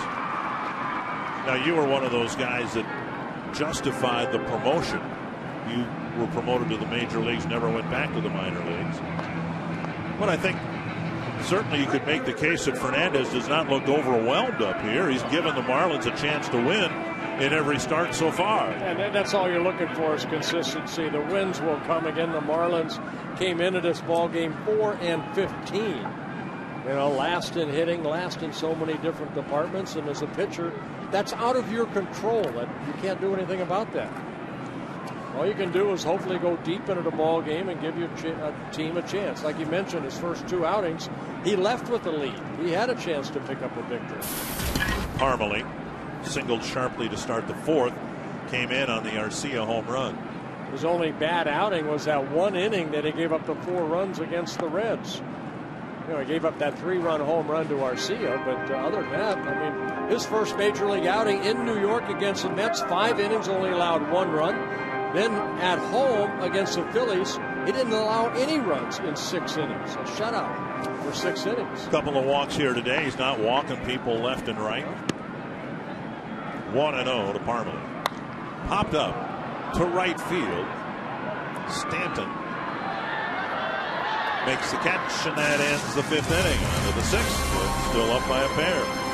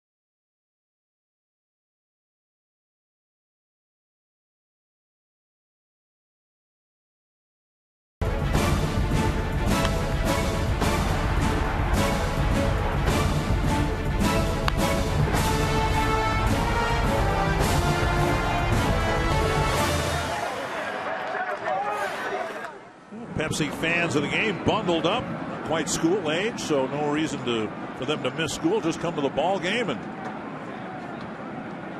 enjoy some spring baseball. Stanton takes strike 1 from Correa. It'll be Stanton, Dobbs, and Ruggiano here in the 6th. 71 pitches for Correa as he hopes to again today get through at least 7 innings. Swing and a miss.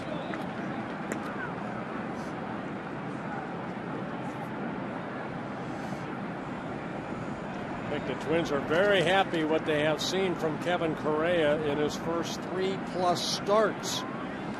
Wow, look at that. Almost like a little cutter. He threw him 1 strike, but struck him out. Struck out Stanton for the first time and picking up his 4th strikeout of the ballgame. Great location of that pitch right there.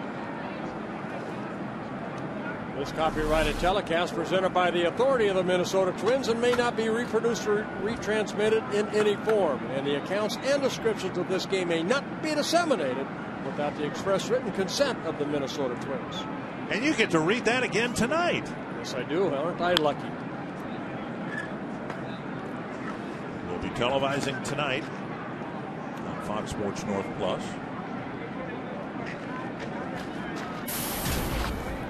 One strike to Greg Dobbs.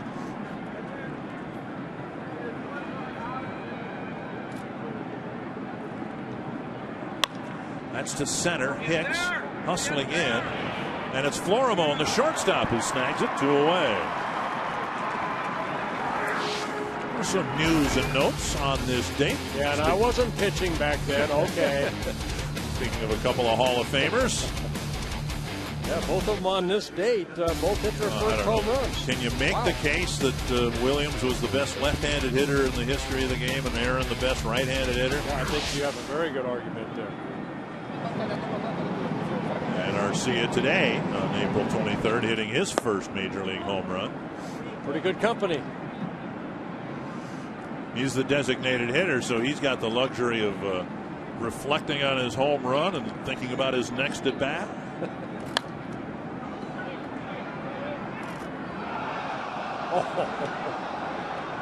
Dan not only lost the ball, he lost his drink. Fans underneath him didn't like it.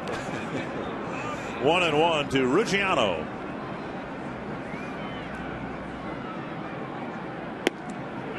Big curveball right there, just missing. You know what we've seen from Correa, and maybe what we've seen of him, it shouldn't come as a surprise, but you know, he had that hiccup in the 4th inning. 3 pitches, 3 hits, gave up a couple of runs. Back on the beam. In fact, here in the 6th, the 1-2-3 6th inning, Oswaldo Arcia will hope to do that again when we come back.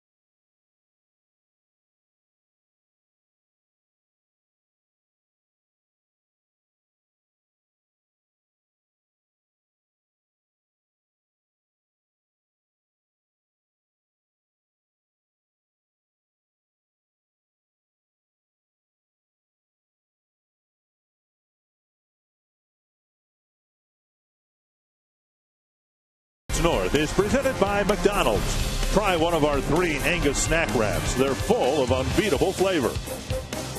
And by Toyota. Let's go places. To find the nearest Toyota dealer and check out our current offers, visit buyatoyota.com. 4-2, Twins in front, hoping to win the opener of this split doubleheader, extending the winning streak to 5 games. Twins tickets for this year remain affordable and available. Special deals await for every day of the week. Check out the deal that works best for you and your budget. Visit twinsbaseball.com/tickets or call 800-33-TWINS. Get yours today. Well, Jose Fernandez worked the first 5 innings. His afternoon is done. Ryan Webb coming out of the bullpen that has struggled a little bit this year so far for the Marlins. 2-5 combined, an ERA over 5 out of that bullpen. Webb making his 8th relief appearance in his 3rd season with the Marlins. Trevor Plouffe will be the first to stand in against Webb. Webb, a big guy, 6'6", 247. And ordinarily, when you're that big, you're the biggest guy in your pitching staff. Not in Miami. Not in Miami. Big John Rauch pitching out of the Marlin bullpen as well. Plouffe, Arcia, and Hicks here in the 6th inning.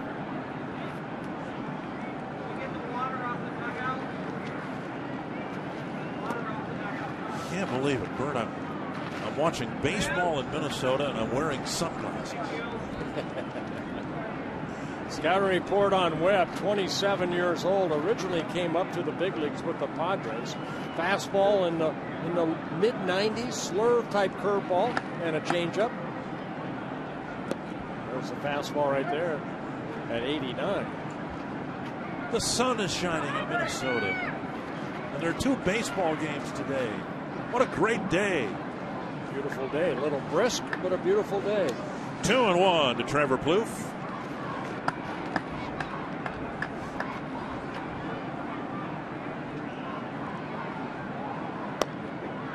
And we've got a generous strike zone by Gary Cederson. Oh, no, come on.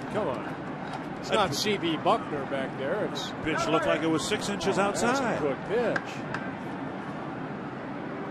2-2.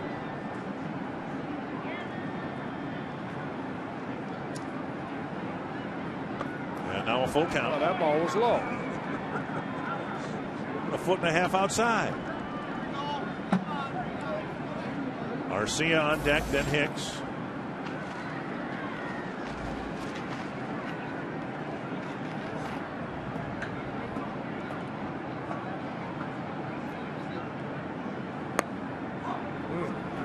Miss low. Leadoff walk.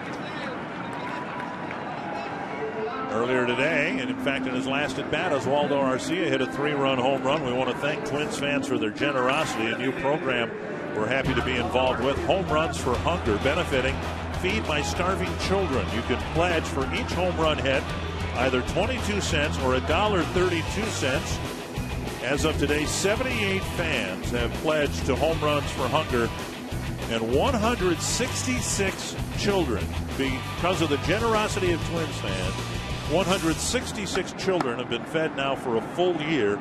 And for more information and to pledge, visit fmsc.org/H4H. Out at second, there'll be no relay, and Arcia reaches on a fielder's choice. So thanks to Twins fans. You've proven it time and time again how generous you are to charitable causes, and the impact has already been felt. 1 down, Arcia at first, and now Hicks to the plate. Hicks with a walk and a fly ball to center. In the 4th inning, right after Arcia had gotten the 3rd straight hit on 3 pitches from Fernandez, Hicks tried to extend that streak, and on the first pitch hit a fly ball to center.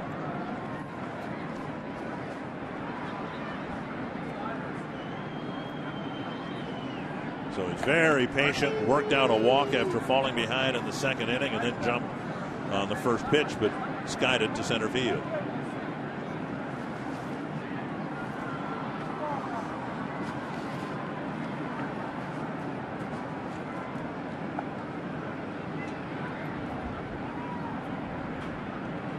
Hicks squares and takes a strike.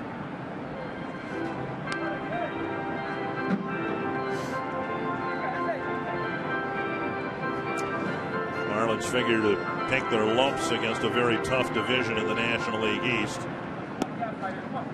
And they are 3-12 already within their division, playing against the likes of the Braves, the Nationals. Hicks to left, and that's it, almost right at Pierre for out number 2. Before Floromon's at bat with the NFL Draft 2 days away, Vikings general manager Rick Spielman is addressing reporters about the team's plans. You can read Brian Hall's coverage at FoxSportsNorth.com. Even though Hicks lined out right there, that was a good at-bat as far as making good contact. That's what I'm sure Bruno will tell him right there. That's a good swing right there. Stay right there. And that will have some impact, but if you're Hicks, you just want the ball to land in the outfield safely. And you know, I say Bruno, I mean Tom Bernansky, the hitting coach, the new hitting coach for the Twins. There's Bruno. I would imagine the real value of a hitting coach or a pitching coach isn't when you've got a Mauer on your team. He's going to hit 300. He knows what he's doing. But the real value to a good hitting coach is when things are not going well and you got a young and understandably insecure hitter like Hicks I mean, that's when he's really going to rely on his hitting coach, I would imagine. Well, that's the communication that you have. You know, don't get down. You know, nobody needs to be patted on the back when you're going good, but so you need to be patted on the back when you're not going as well as, you know, you expect yourself to be. Well, let's turn that around, though. You were a veteran pitcher when you came back with the Twins, and you had a veteran pitching coach in Dick Such. What did Dick Such contribute to the later stages of your career? A lot. You know, pitching coaches, I don't care who you are, you need to be reminded certain things. And, you know, even though I was out there a lot prior to coming back to Minnesota in '87, you still, you know, he might see one little thing that might help you throughout the ball game. Either a pitching coach or a catcher. We talk about how a catcher sometimes is, you know, kind of a pitching coach because they see you every pitch. Hey, you're leading with your palm. Get on top of that baseball. Just the little things like that. But when you have a Hicks, Tom Bernansky has to almost babysit him to make sure that, you know, he doesn't get down on himself. And that's what Bruno told me. You know, as long as Hicks doesn't get down on himself, you know, that's all we can do. Hopefully the hits will come.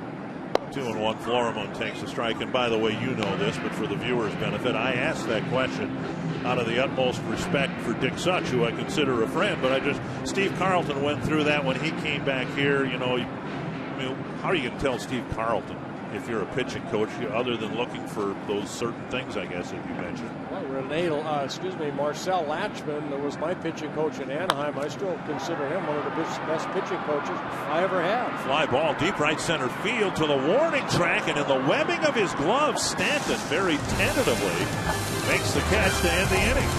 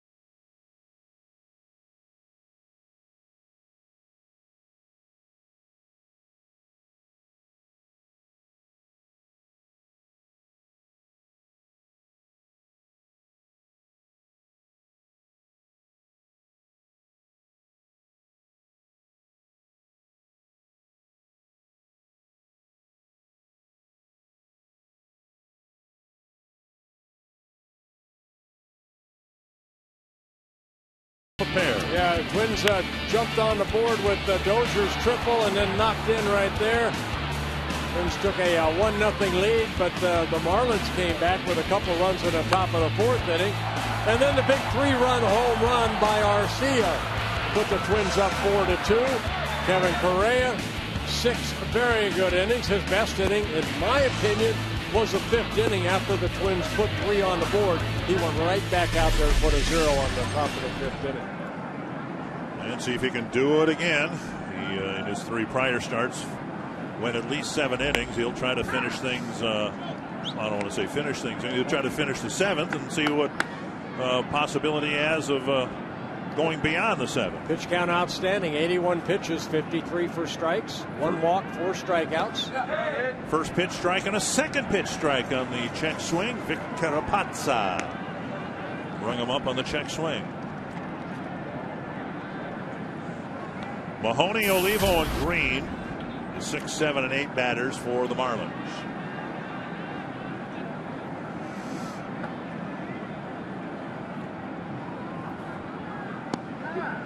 Got him looking. And on 3 pitches, Mahoney's gone. He drove in those 2 runs in the 4th. And Correa took exception to that, I guess, 1 down. And strikeout number 5 for Kevin Correa.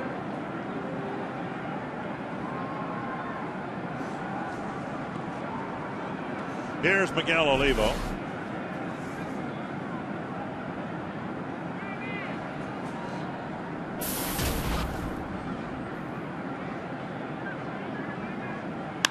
Fly ball, short center field. Dozier has it measured. 2 down. Go behind the scenes to see how Minnesota Vikings cheerleaders compete for making this year's team. Don't miss the final episode of this 3-part series. Minnesota Vikings cheerleaders making the team Friday at 10:30 only on Fox Sports North. Nick Green will hit next. Green with a couple of tall fly balls to Josh Willingham in left. Up and in, ball 1. Yeah, Nick Green, 34 years old. He's been with now 8 different major league teams at the major league level, but overall he has been with 12 different organizations. A guy that started with the Braves back in 2004 when he got called up. 2-0. You call him a journeyman? Yeah.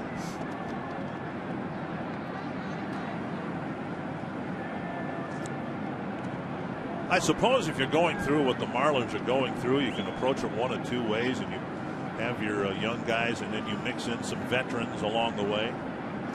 Or you can just do what the Twins did in the early 80s and just throw the kids out there and let them play. Let them take their lumps, 102 losses, in the hopes that you would develop a nucleus like Herbeck and Gaetti and Bernansky after the trade. Another pop-up.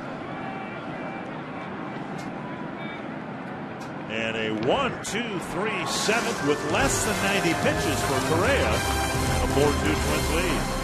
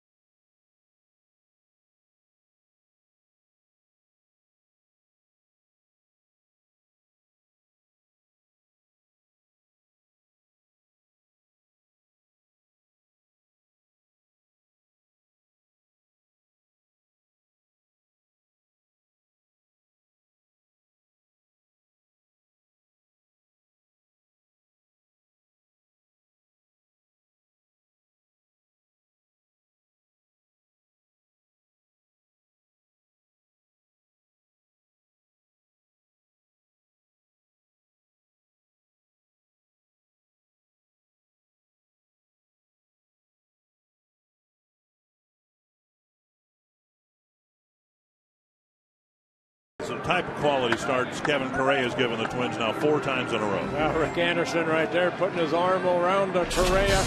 Outstanding job here today. It's his 4th straight start as a Twin. The 4th straight time he has pitched at least 7 innings. Here today leaves with a 4-2 lead. He attacked the strike zone. 5 strikeouts, only 1 walk.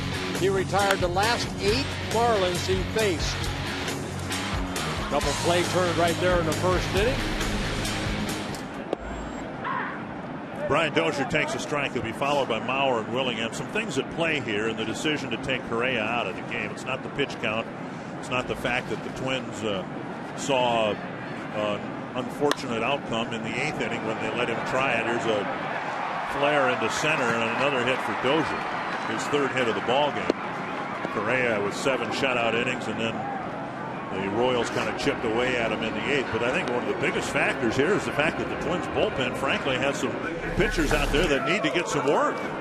All right, Dozier right here. Pretty good breaking ball from Webb right there, but his 3rd hit. And remember earlier we had Dozier, saying that, hey, in the minor leagues I let off. I enjoyed doing that. I enjoyed letting those big boys knock me in. Well, he scored 1 run so far on his 3rd hit. See if he can score again here in the 7th. Joe Mauer going through a terrible slump. He's 0 for 5 with 3 walks in the last 3 games.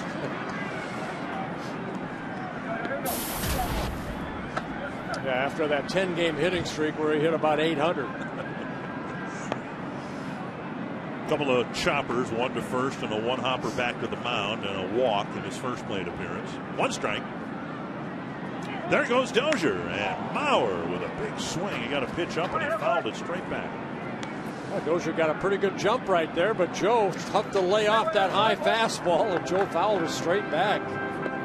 I don't think a hit and run was put on right there, but I think Dozier just thought he got a good jump.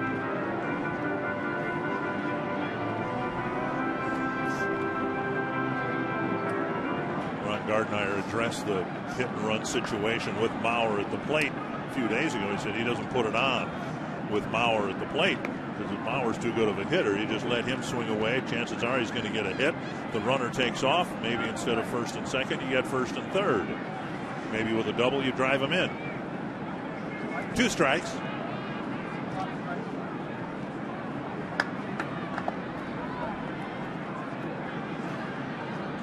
And Mauer swings through another fastball or breaking pitch. Yeah, hard breaking ball there from Webb. Webb starting his 2nd inning of relief. And Webb picking up his 1st strikeout.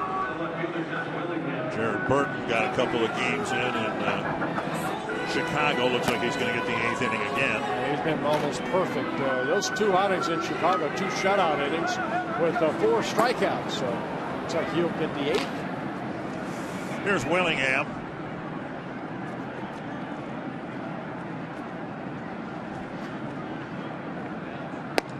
Pitches up and in, ball 1.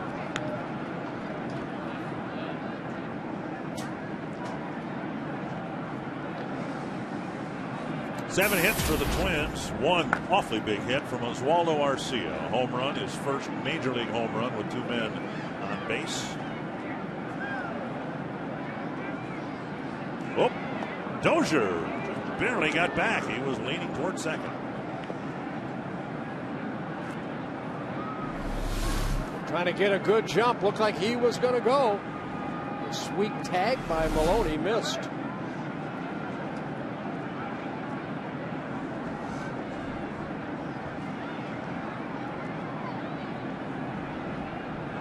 Dozier goes. Olivo's throw. Not in time. Dozier with a steal of 2nd. So we have seen further evidence of Dozier's ability to hit the leadoff spot. He got a leadoff triple, showed some speed in getting there. Now his 3rd base hit and a stolen base. Yeah, his first stolen base of the year in 2 attempts. Good strong throw by Olivo. It was just on the shortstop side. Quick tag, and boy, bang bang play, but Dozier got that hand in. So now a man with some speed and scoring position for Willingham, who gets time.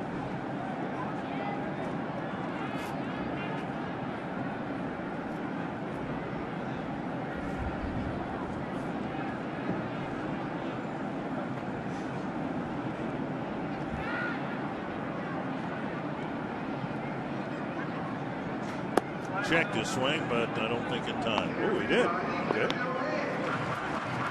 David Rackley said he checked. 2-1. The hard breaking ball by Webb. And did he stay? Oh, I don't think so. Like he broke his wrists on that check swing.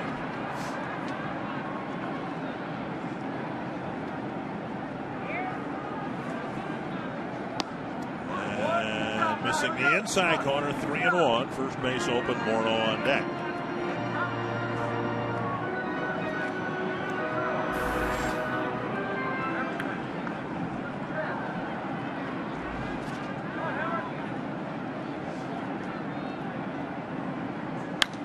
Lifted foul toward the seats and in them. if the Twins score a couple of runs here, it'll be interesting to see what the Twins do with Jared Burton. Whether they might, if they felt they had time, get someone else warming up. Burton, of course, the Twins have been very careful with him, as they should be. But we have another game tonight. You can see Casey Feed now joining Burton in the bullpen. So it might be that if the Twins had a couple of runs, maybe even just one run, Feed would get the call, and they'd want to save Burton for the nightcap tonight should they need him then. Lifted to right center field, slicing away from Ruggiano, and he makes the catch. Dozier alertly tagging and going to third. 2 down. Again, the Twins and Fox Sports North deciding to televise the game tonight, but it's on Fox Sports North Plus with the Wild game, and a very important game at that, on Fox Sports North. Twins Live will start at 6:30. There are the channels where you can find Fox Sports North Plus. So make a note, write it down. Go get a tattoo if you'd like with the Fox Sports North tattoo channel number, or Fox Sports North Plus a channel number. That's what you need. You need a tattoo. I do not need a tattoo. There are things in life that I do need. That's not one of them. Here's Morneau trying to tack on another run here. He picked up an RBI in the first inning, scored Dozier, his 9th RBI of the year. And there's Dozier at third. Justin singled in the 5th. And a strike on the inside corner, 1-1. What did you think of Fernandez? Oh, I thought he was very good. Yeah, so did I. I was very impressed. If you're going through what the Marlins are going through, if they've got somebody better than that to run out there every 5 days, they're going to be rebuilt in rather short order. He looked like he's got some composure, some stuff. Yeah, he went in that pitch sequence in the 4th inning, bang, bang, bang, and it's 3 runs on the board just like that. It's a learning tool for the youngster. Yeah, 2-1 to Morneau. But it happens to veterans too. Even Correa in the 4th inning, it was bang, bang, bang, and 2 runs put on the board by the Marlins. The only 2 runs the Marlins were able to get off of Kevin Correa. 3-1 with Parmalee on deck.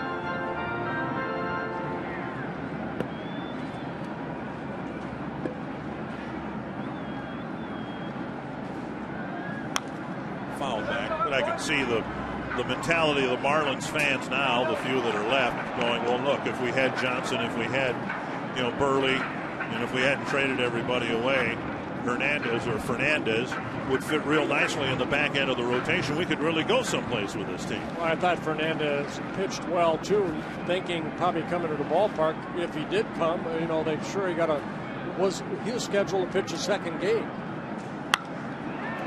Morneau out in front, lifting a fly ball to center. And it'll be a 2-run lead as we go to the 8th inning. And almost certainly it'll be Jared Burton pitching it.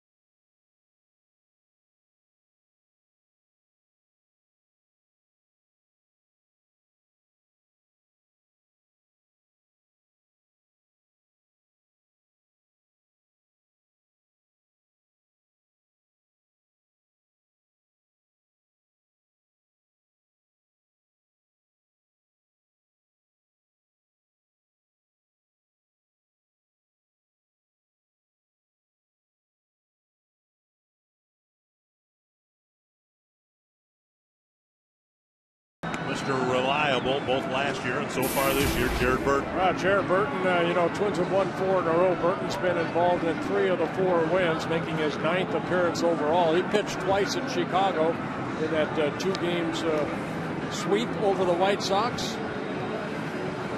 The bullpen over the last 11 ball games combined 3-0.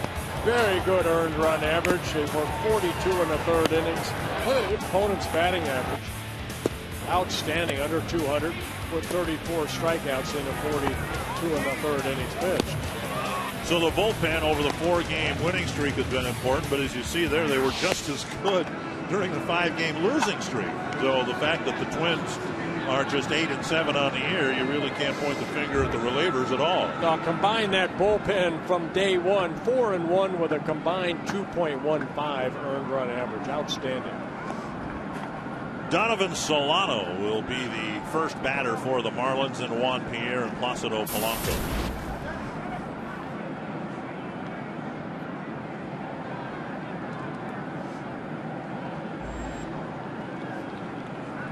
Marlins with just 5 hits, but 3 of them on 3 pitches in the 4th inning to score a couple of runs. Solano takes up high.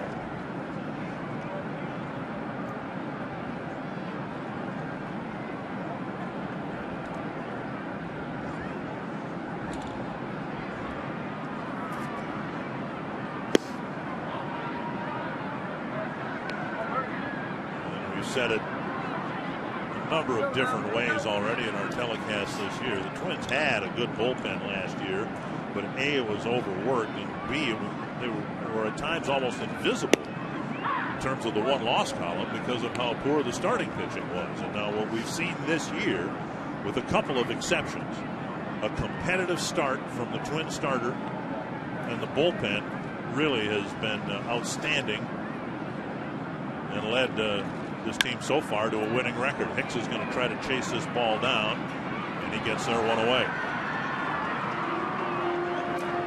MLB.com at Bat is the #1 source for live baseball everywhere you go. Available for iPhone, iPad, Android, and BlackBerry 10. At Bat delivers Twins baseball with live audio, pitch tracking, stats, news, highlights, and more. Text at Bat to 31826 or visit twinsbaseball.com. Dick, I've said it before that, if you can get 7, maybe 6, 7 good innings from your starter, that's kind of what today's baseball is. They look, give me 7 good innings, and then we'll turn it over to the bullpen. The hard part and the sad part over the last couple of years, Twins did not have starters that on a consistent basis that could go 7 innings. Scott Diamond was the only one really last year. But again, a lot of injuries to the starting staff last year. 1-1 to Juan Pierre. And that was last year. So far, so good this year.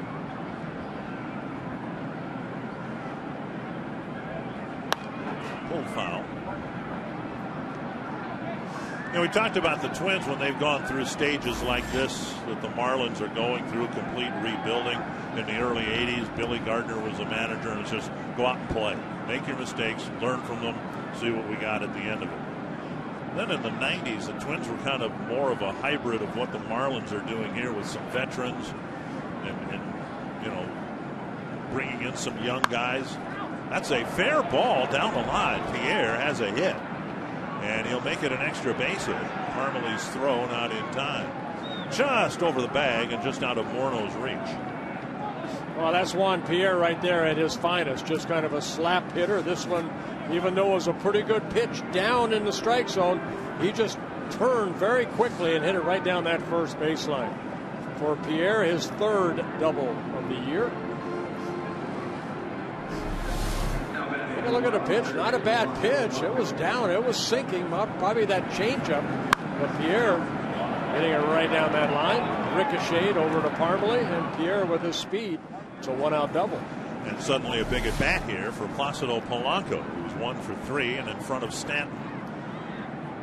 A big man for Burton to try to retire. And that hit him. So Polanco brushed by a pitch, and Stanton will come up with 2 men aboard.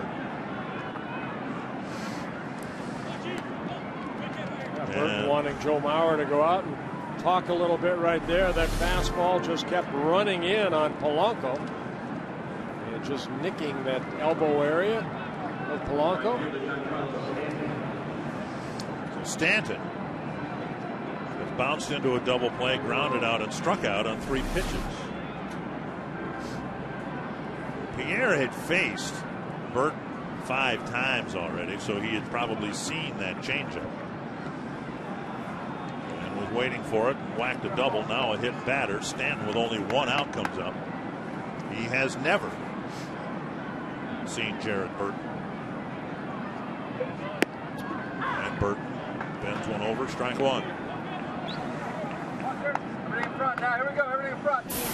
Stanton struck out on a couple of breaking pitches off the plate against Correa back in the 6th inning.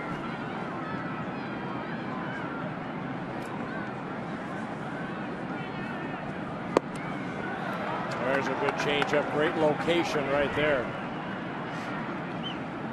What we've seen from Stanton, who couldn't lay off back-to-back breaking pitches from Correa. Look at the sink on that.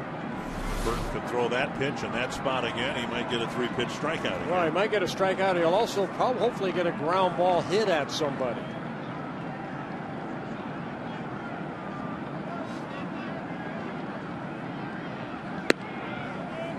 Showed him a fastball up and away. Yeah, almost a, here I'll show you a fastball up.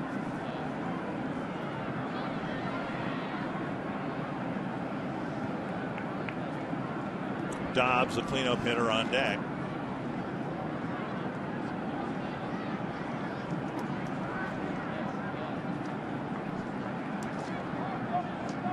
Stanton did hit into a double play in the 1st inning on the first pitch he saw from Correa. He hit a sharp ground ball right at Florimon.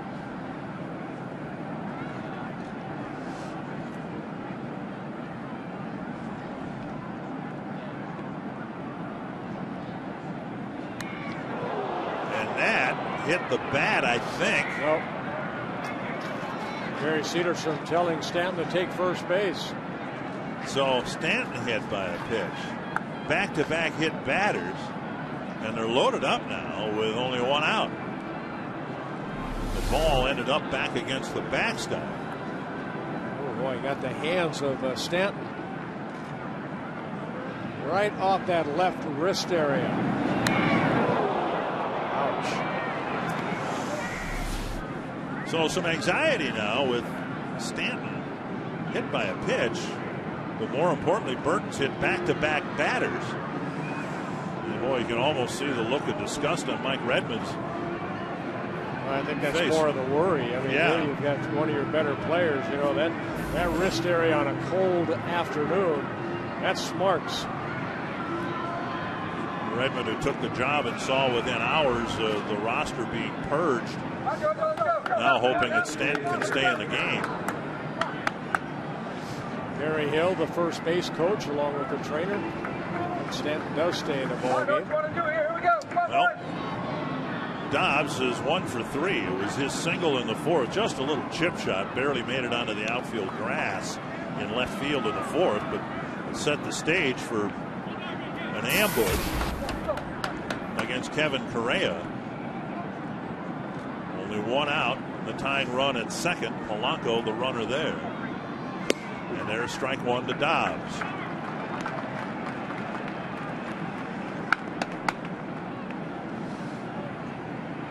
First out came relatively easy, with Solano flying out to center, but then double and a pair of hit batters have filled them up.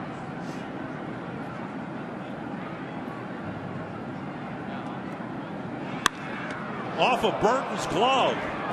Florimon bare hands and throws to first. A wicked shot. And now they'll check on Burton to see if he's okay. I think he flagged it down with his glove, and a good play by Florimon to get the second out. Yeah, Jared Burton saying he's okay. That's a reaction right there. Watch Dobbs take this ball right back up the middle. And Burton kind of threw his hand up. Don't know if it got a glove or maybe the wrist area. But take a look right here. Wow, may have hit his glove. Nice play by Florimon. Nice reaction as he has to, instead of going left up the middle, he has to come charging in and able to barehand it and get Dobbs at first base. Justin Ruggiano will hit. And the Twins bullpen's given up 1 run, specifically Burton, but 1 run allowed here in the 8th. Watch Burton's reaction right here. Just throws the glove up, off the tip of the glove, and then deflects right there. And great reaction by Florimon coming in and getting the out. Ruggiano takes a breaking ball over the inside corner. Ruggiano with maybe the hardest hit ball against Kevin Correa. A sharp double to the gap in left center field in the 4th.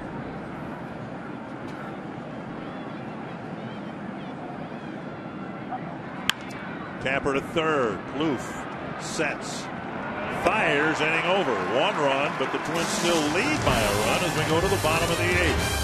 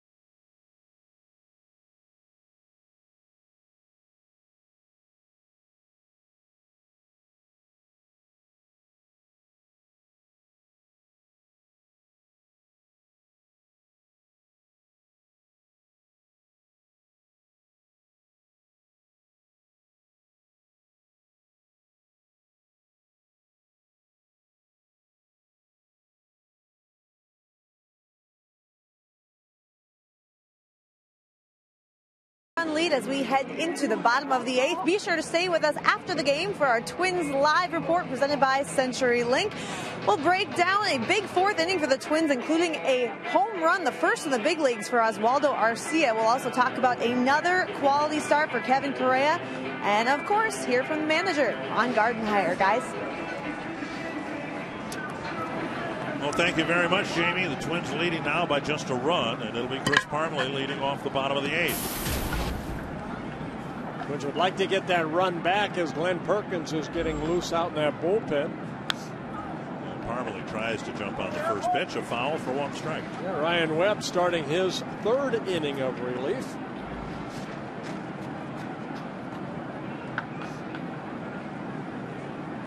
One strike to Parmelee. Just off the plate, 1-1. Parmelee a single and a run scored in 3 trips.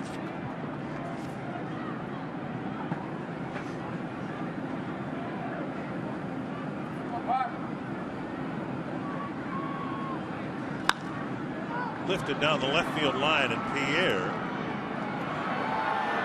with the catch. 1 away. They've gone up on game 1 so far. Well, Dozier led the ball game off from the bottom of the 1st inning for the Twins with a triple, his 2nd. Added a couple more hits since then. But Oswaldo Arcia hitting his first Major League home run, a big 3-run home run in the bottom of the 4th. Gave the Twins a 4-2 lead. Kevin Correa for the 4th straight time at least 7 innings. Looking for his 2nd win as a Twin. Plouffe lifts a pop-up near the Twins dugout. And strike 1.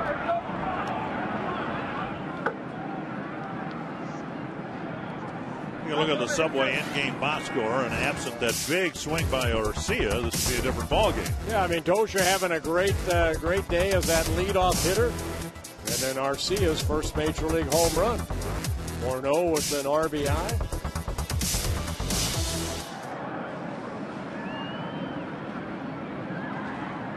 good day at the plate for Plouffe. A line out, a single, a walk, and now a pop-up. And Mahoney may have room on this one. Out number 2. That'll bring up Oswaldo Arcia. We'll give you an updated look at the totals to our AT&T Twitter poll. Who will lead the Twins in runs batted in this season? The leader last year is leading. Morneau has led this team in runs batted in. Bauer 22%. Didn't apparently have a category for a write-in vote. Arcia's got 3 on the board already.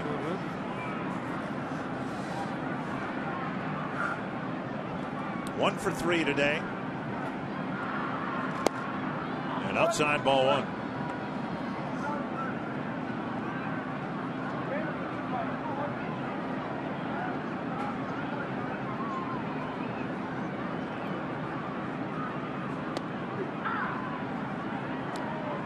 Clip the corner, 1-1.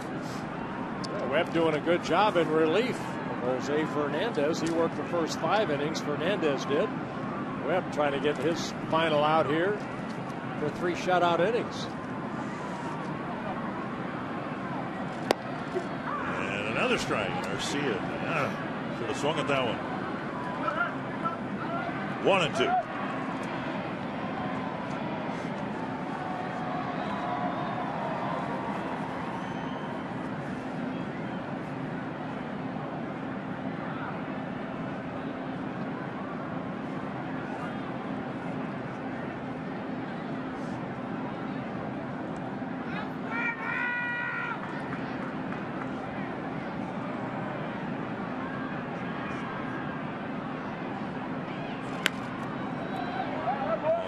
Of the bat fouled over the Marlins dugout.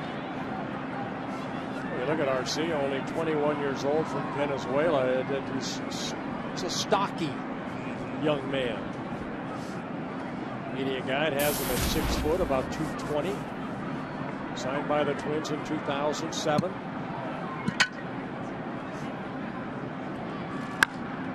Hit hard to center. Ruggiano going back. And he makes the catch. Well hit ball for the 3rd out. Glenn Perkins has saved 5 of the 8 Twins wins so far. He'll be trying to make it 6 out of 9 when we come back.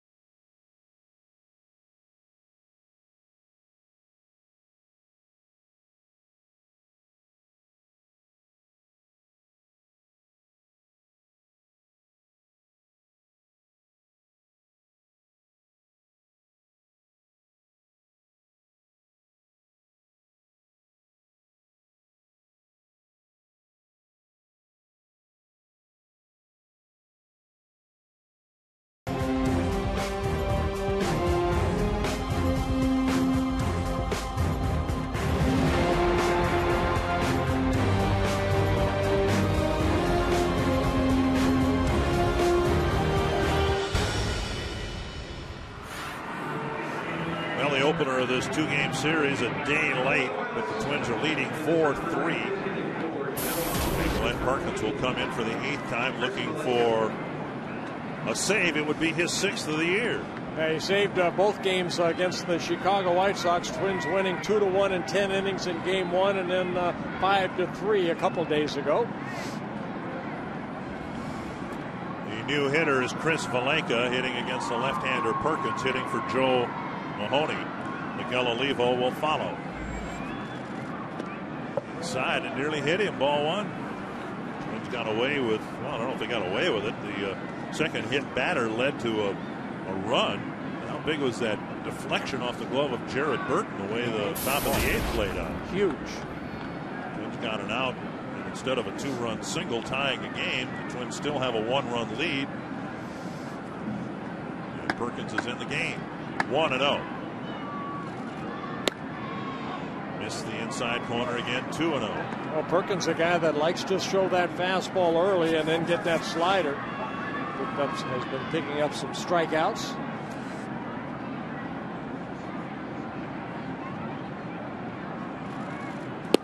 There's the outside corner.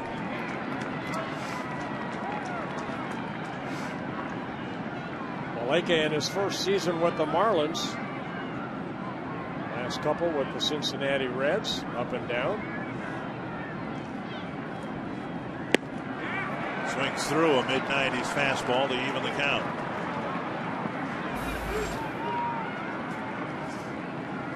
Eight wins for the Twins, and you saw on his record a win and 5 saves, so Perkins has been instrumental in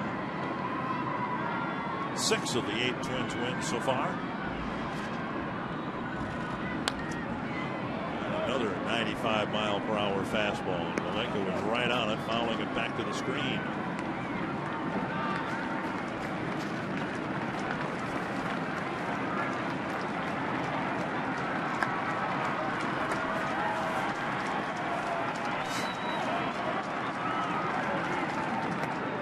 About 3-4 feet in front of the plate. It's a full count now. Yeah, that's a slider right there. Tried to overthrow. You saw 2 walks, 8 strikeouts in 6 2/3 innings.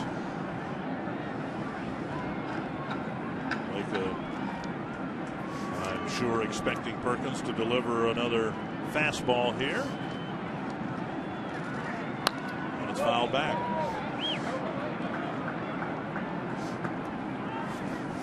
Valaika 0 for 3 as a pinch hitter so far on the season.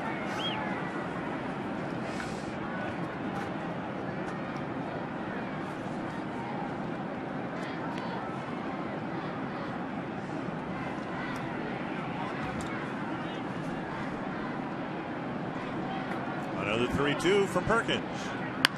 There's a breaking ball. Hook foul. So many more opportunities to do what Valaika is doing here. Of course, with the National League style of ball, the Twins have had 6 pinch hitting at bats, and the Marlins have had 26. Austin Kearns, our most frequently used pinch hitter. Full count. And a high fastball got him. So he alternated, it seemed, with a 2-2 pitch, slider, fastball, and finally got him. Yeah, the previous slider that Valaika hit foul, and then Perkins goes right back with that fastball at 95. Now Miguel Olivo.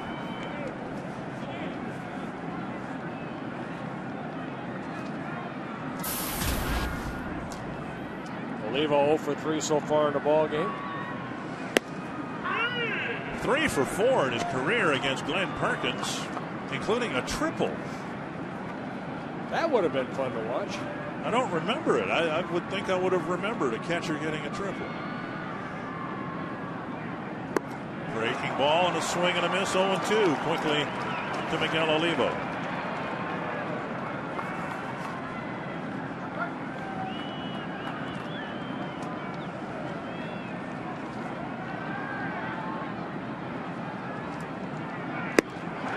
Two down. The strikeout of Olivo on just 3 pitches.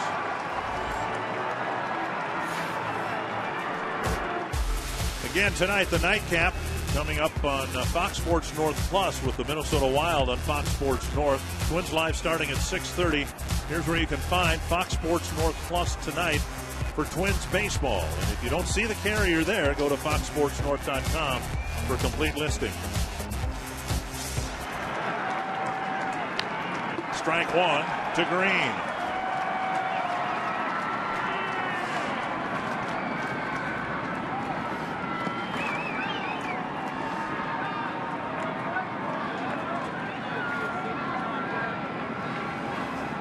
Crowd on their feet here at Target Field, looking for that final out. Or their hand warmers, one or the other. 1-1.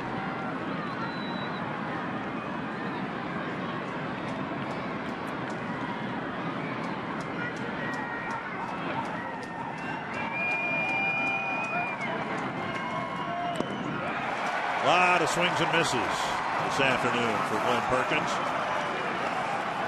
Oh, that overpowering fastball, then that hard slider. See how he wants to end it right here.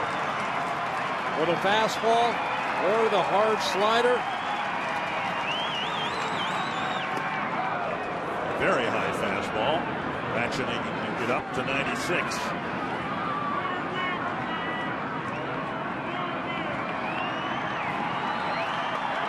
Two and two.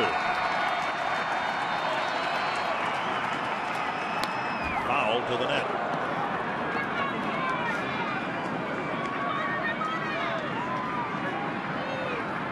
Be the 18th pitch for Perkins in this 9th inning. Yeah, they'll be cleaning the stadium between games, but by hand, not without a pressure cleaner. A foul tip that got part of Mauer's mitt. Green still alive.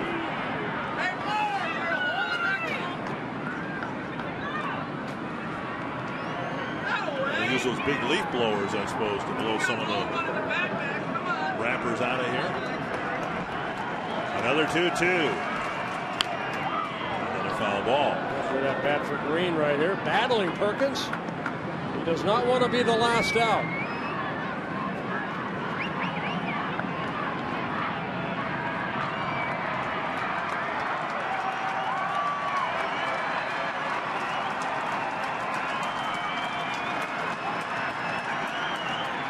But he is. And Glenn Perkins has saved Minnesota's 5th win in a row. And the Twins now are a perfect 5-0 in one-run games. Well, the hitting hero here this afternoon, Oswaldo Arcia hitting his first major league home run. Kevin Correa, 7 very good innings. He goes to 2-1. Good ball game for the Twins. Good win. Tom Hanneman, the Twins couldn't play yesterday, and now tonight they'll have a chance for a doubleheader sweep and a 6-game winning streak. Dick, the Twins have won a season-high 5 consecutive games, the first 5-game win streak since early July of last season. Coming up next, we'll break it all down on Twins Live, presented by CenturyLink.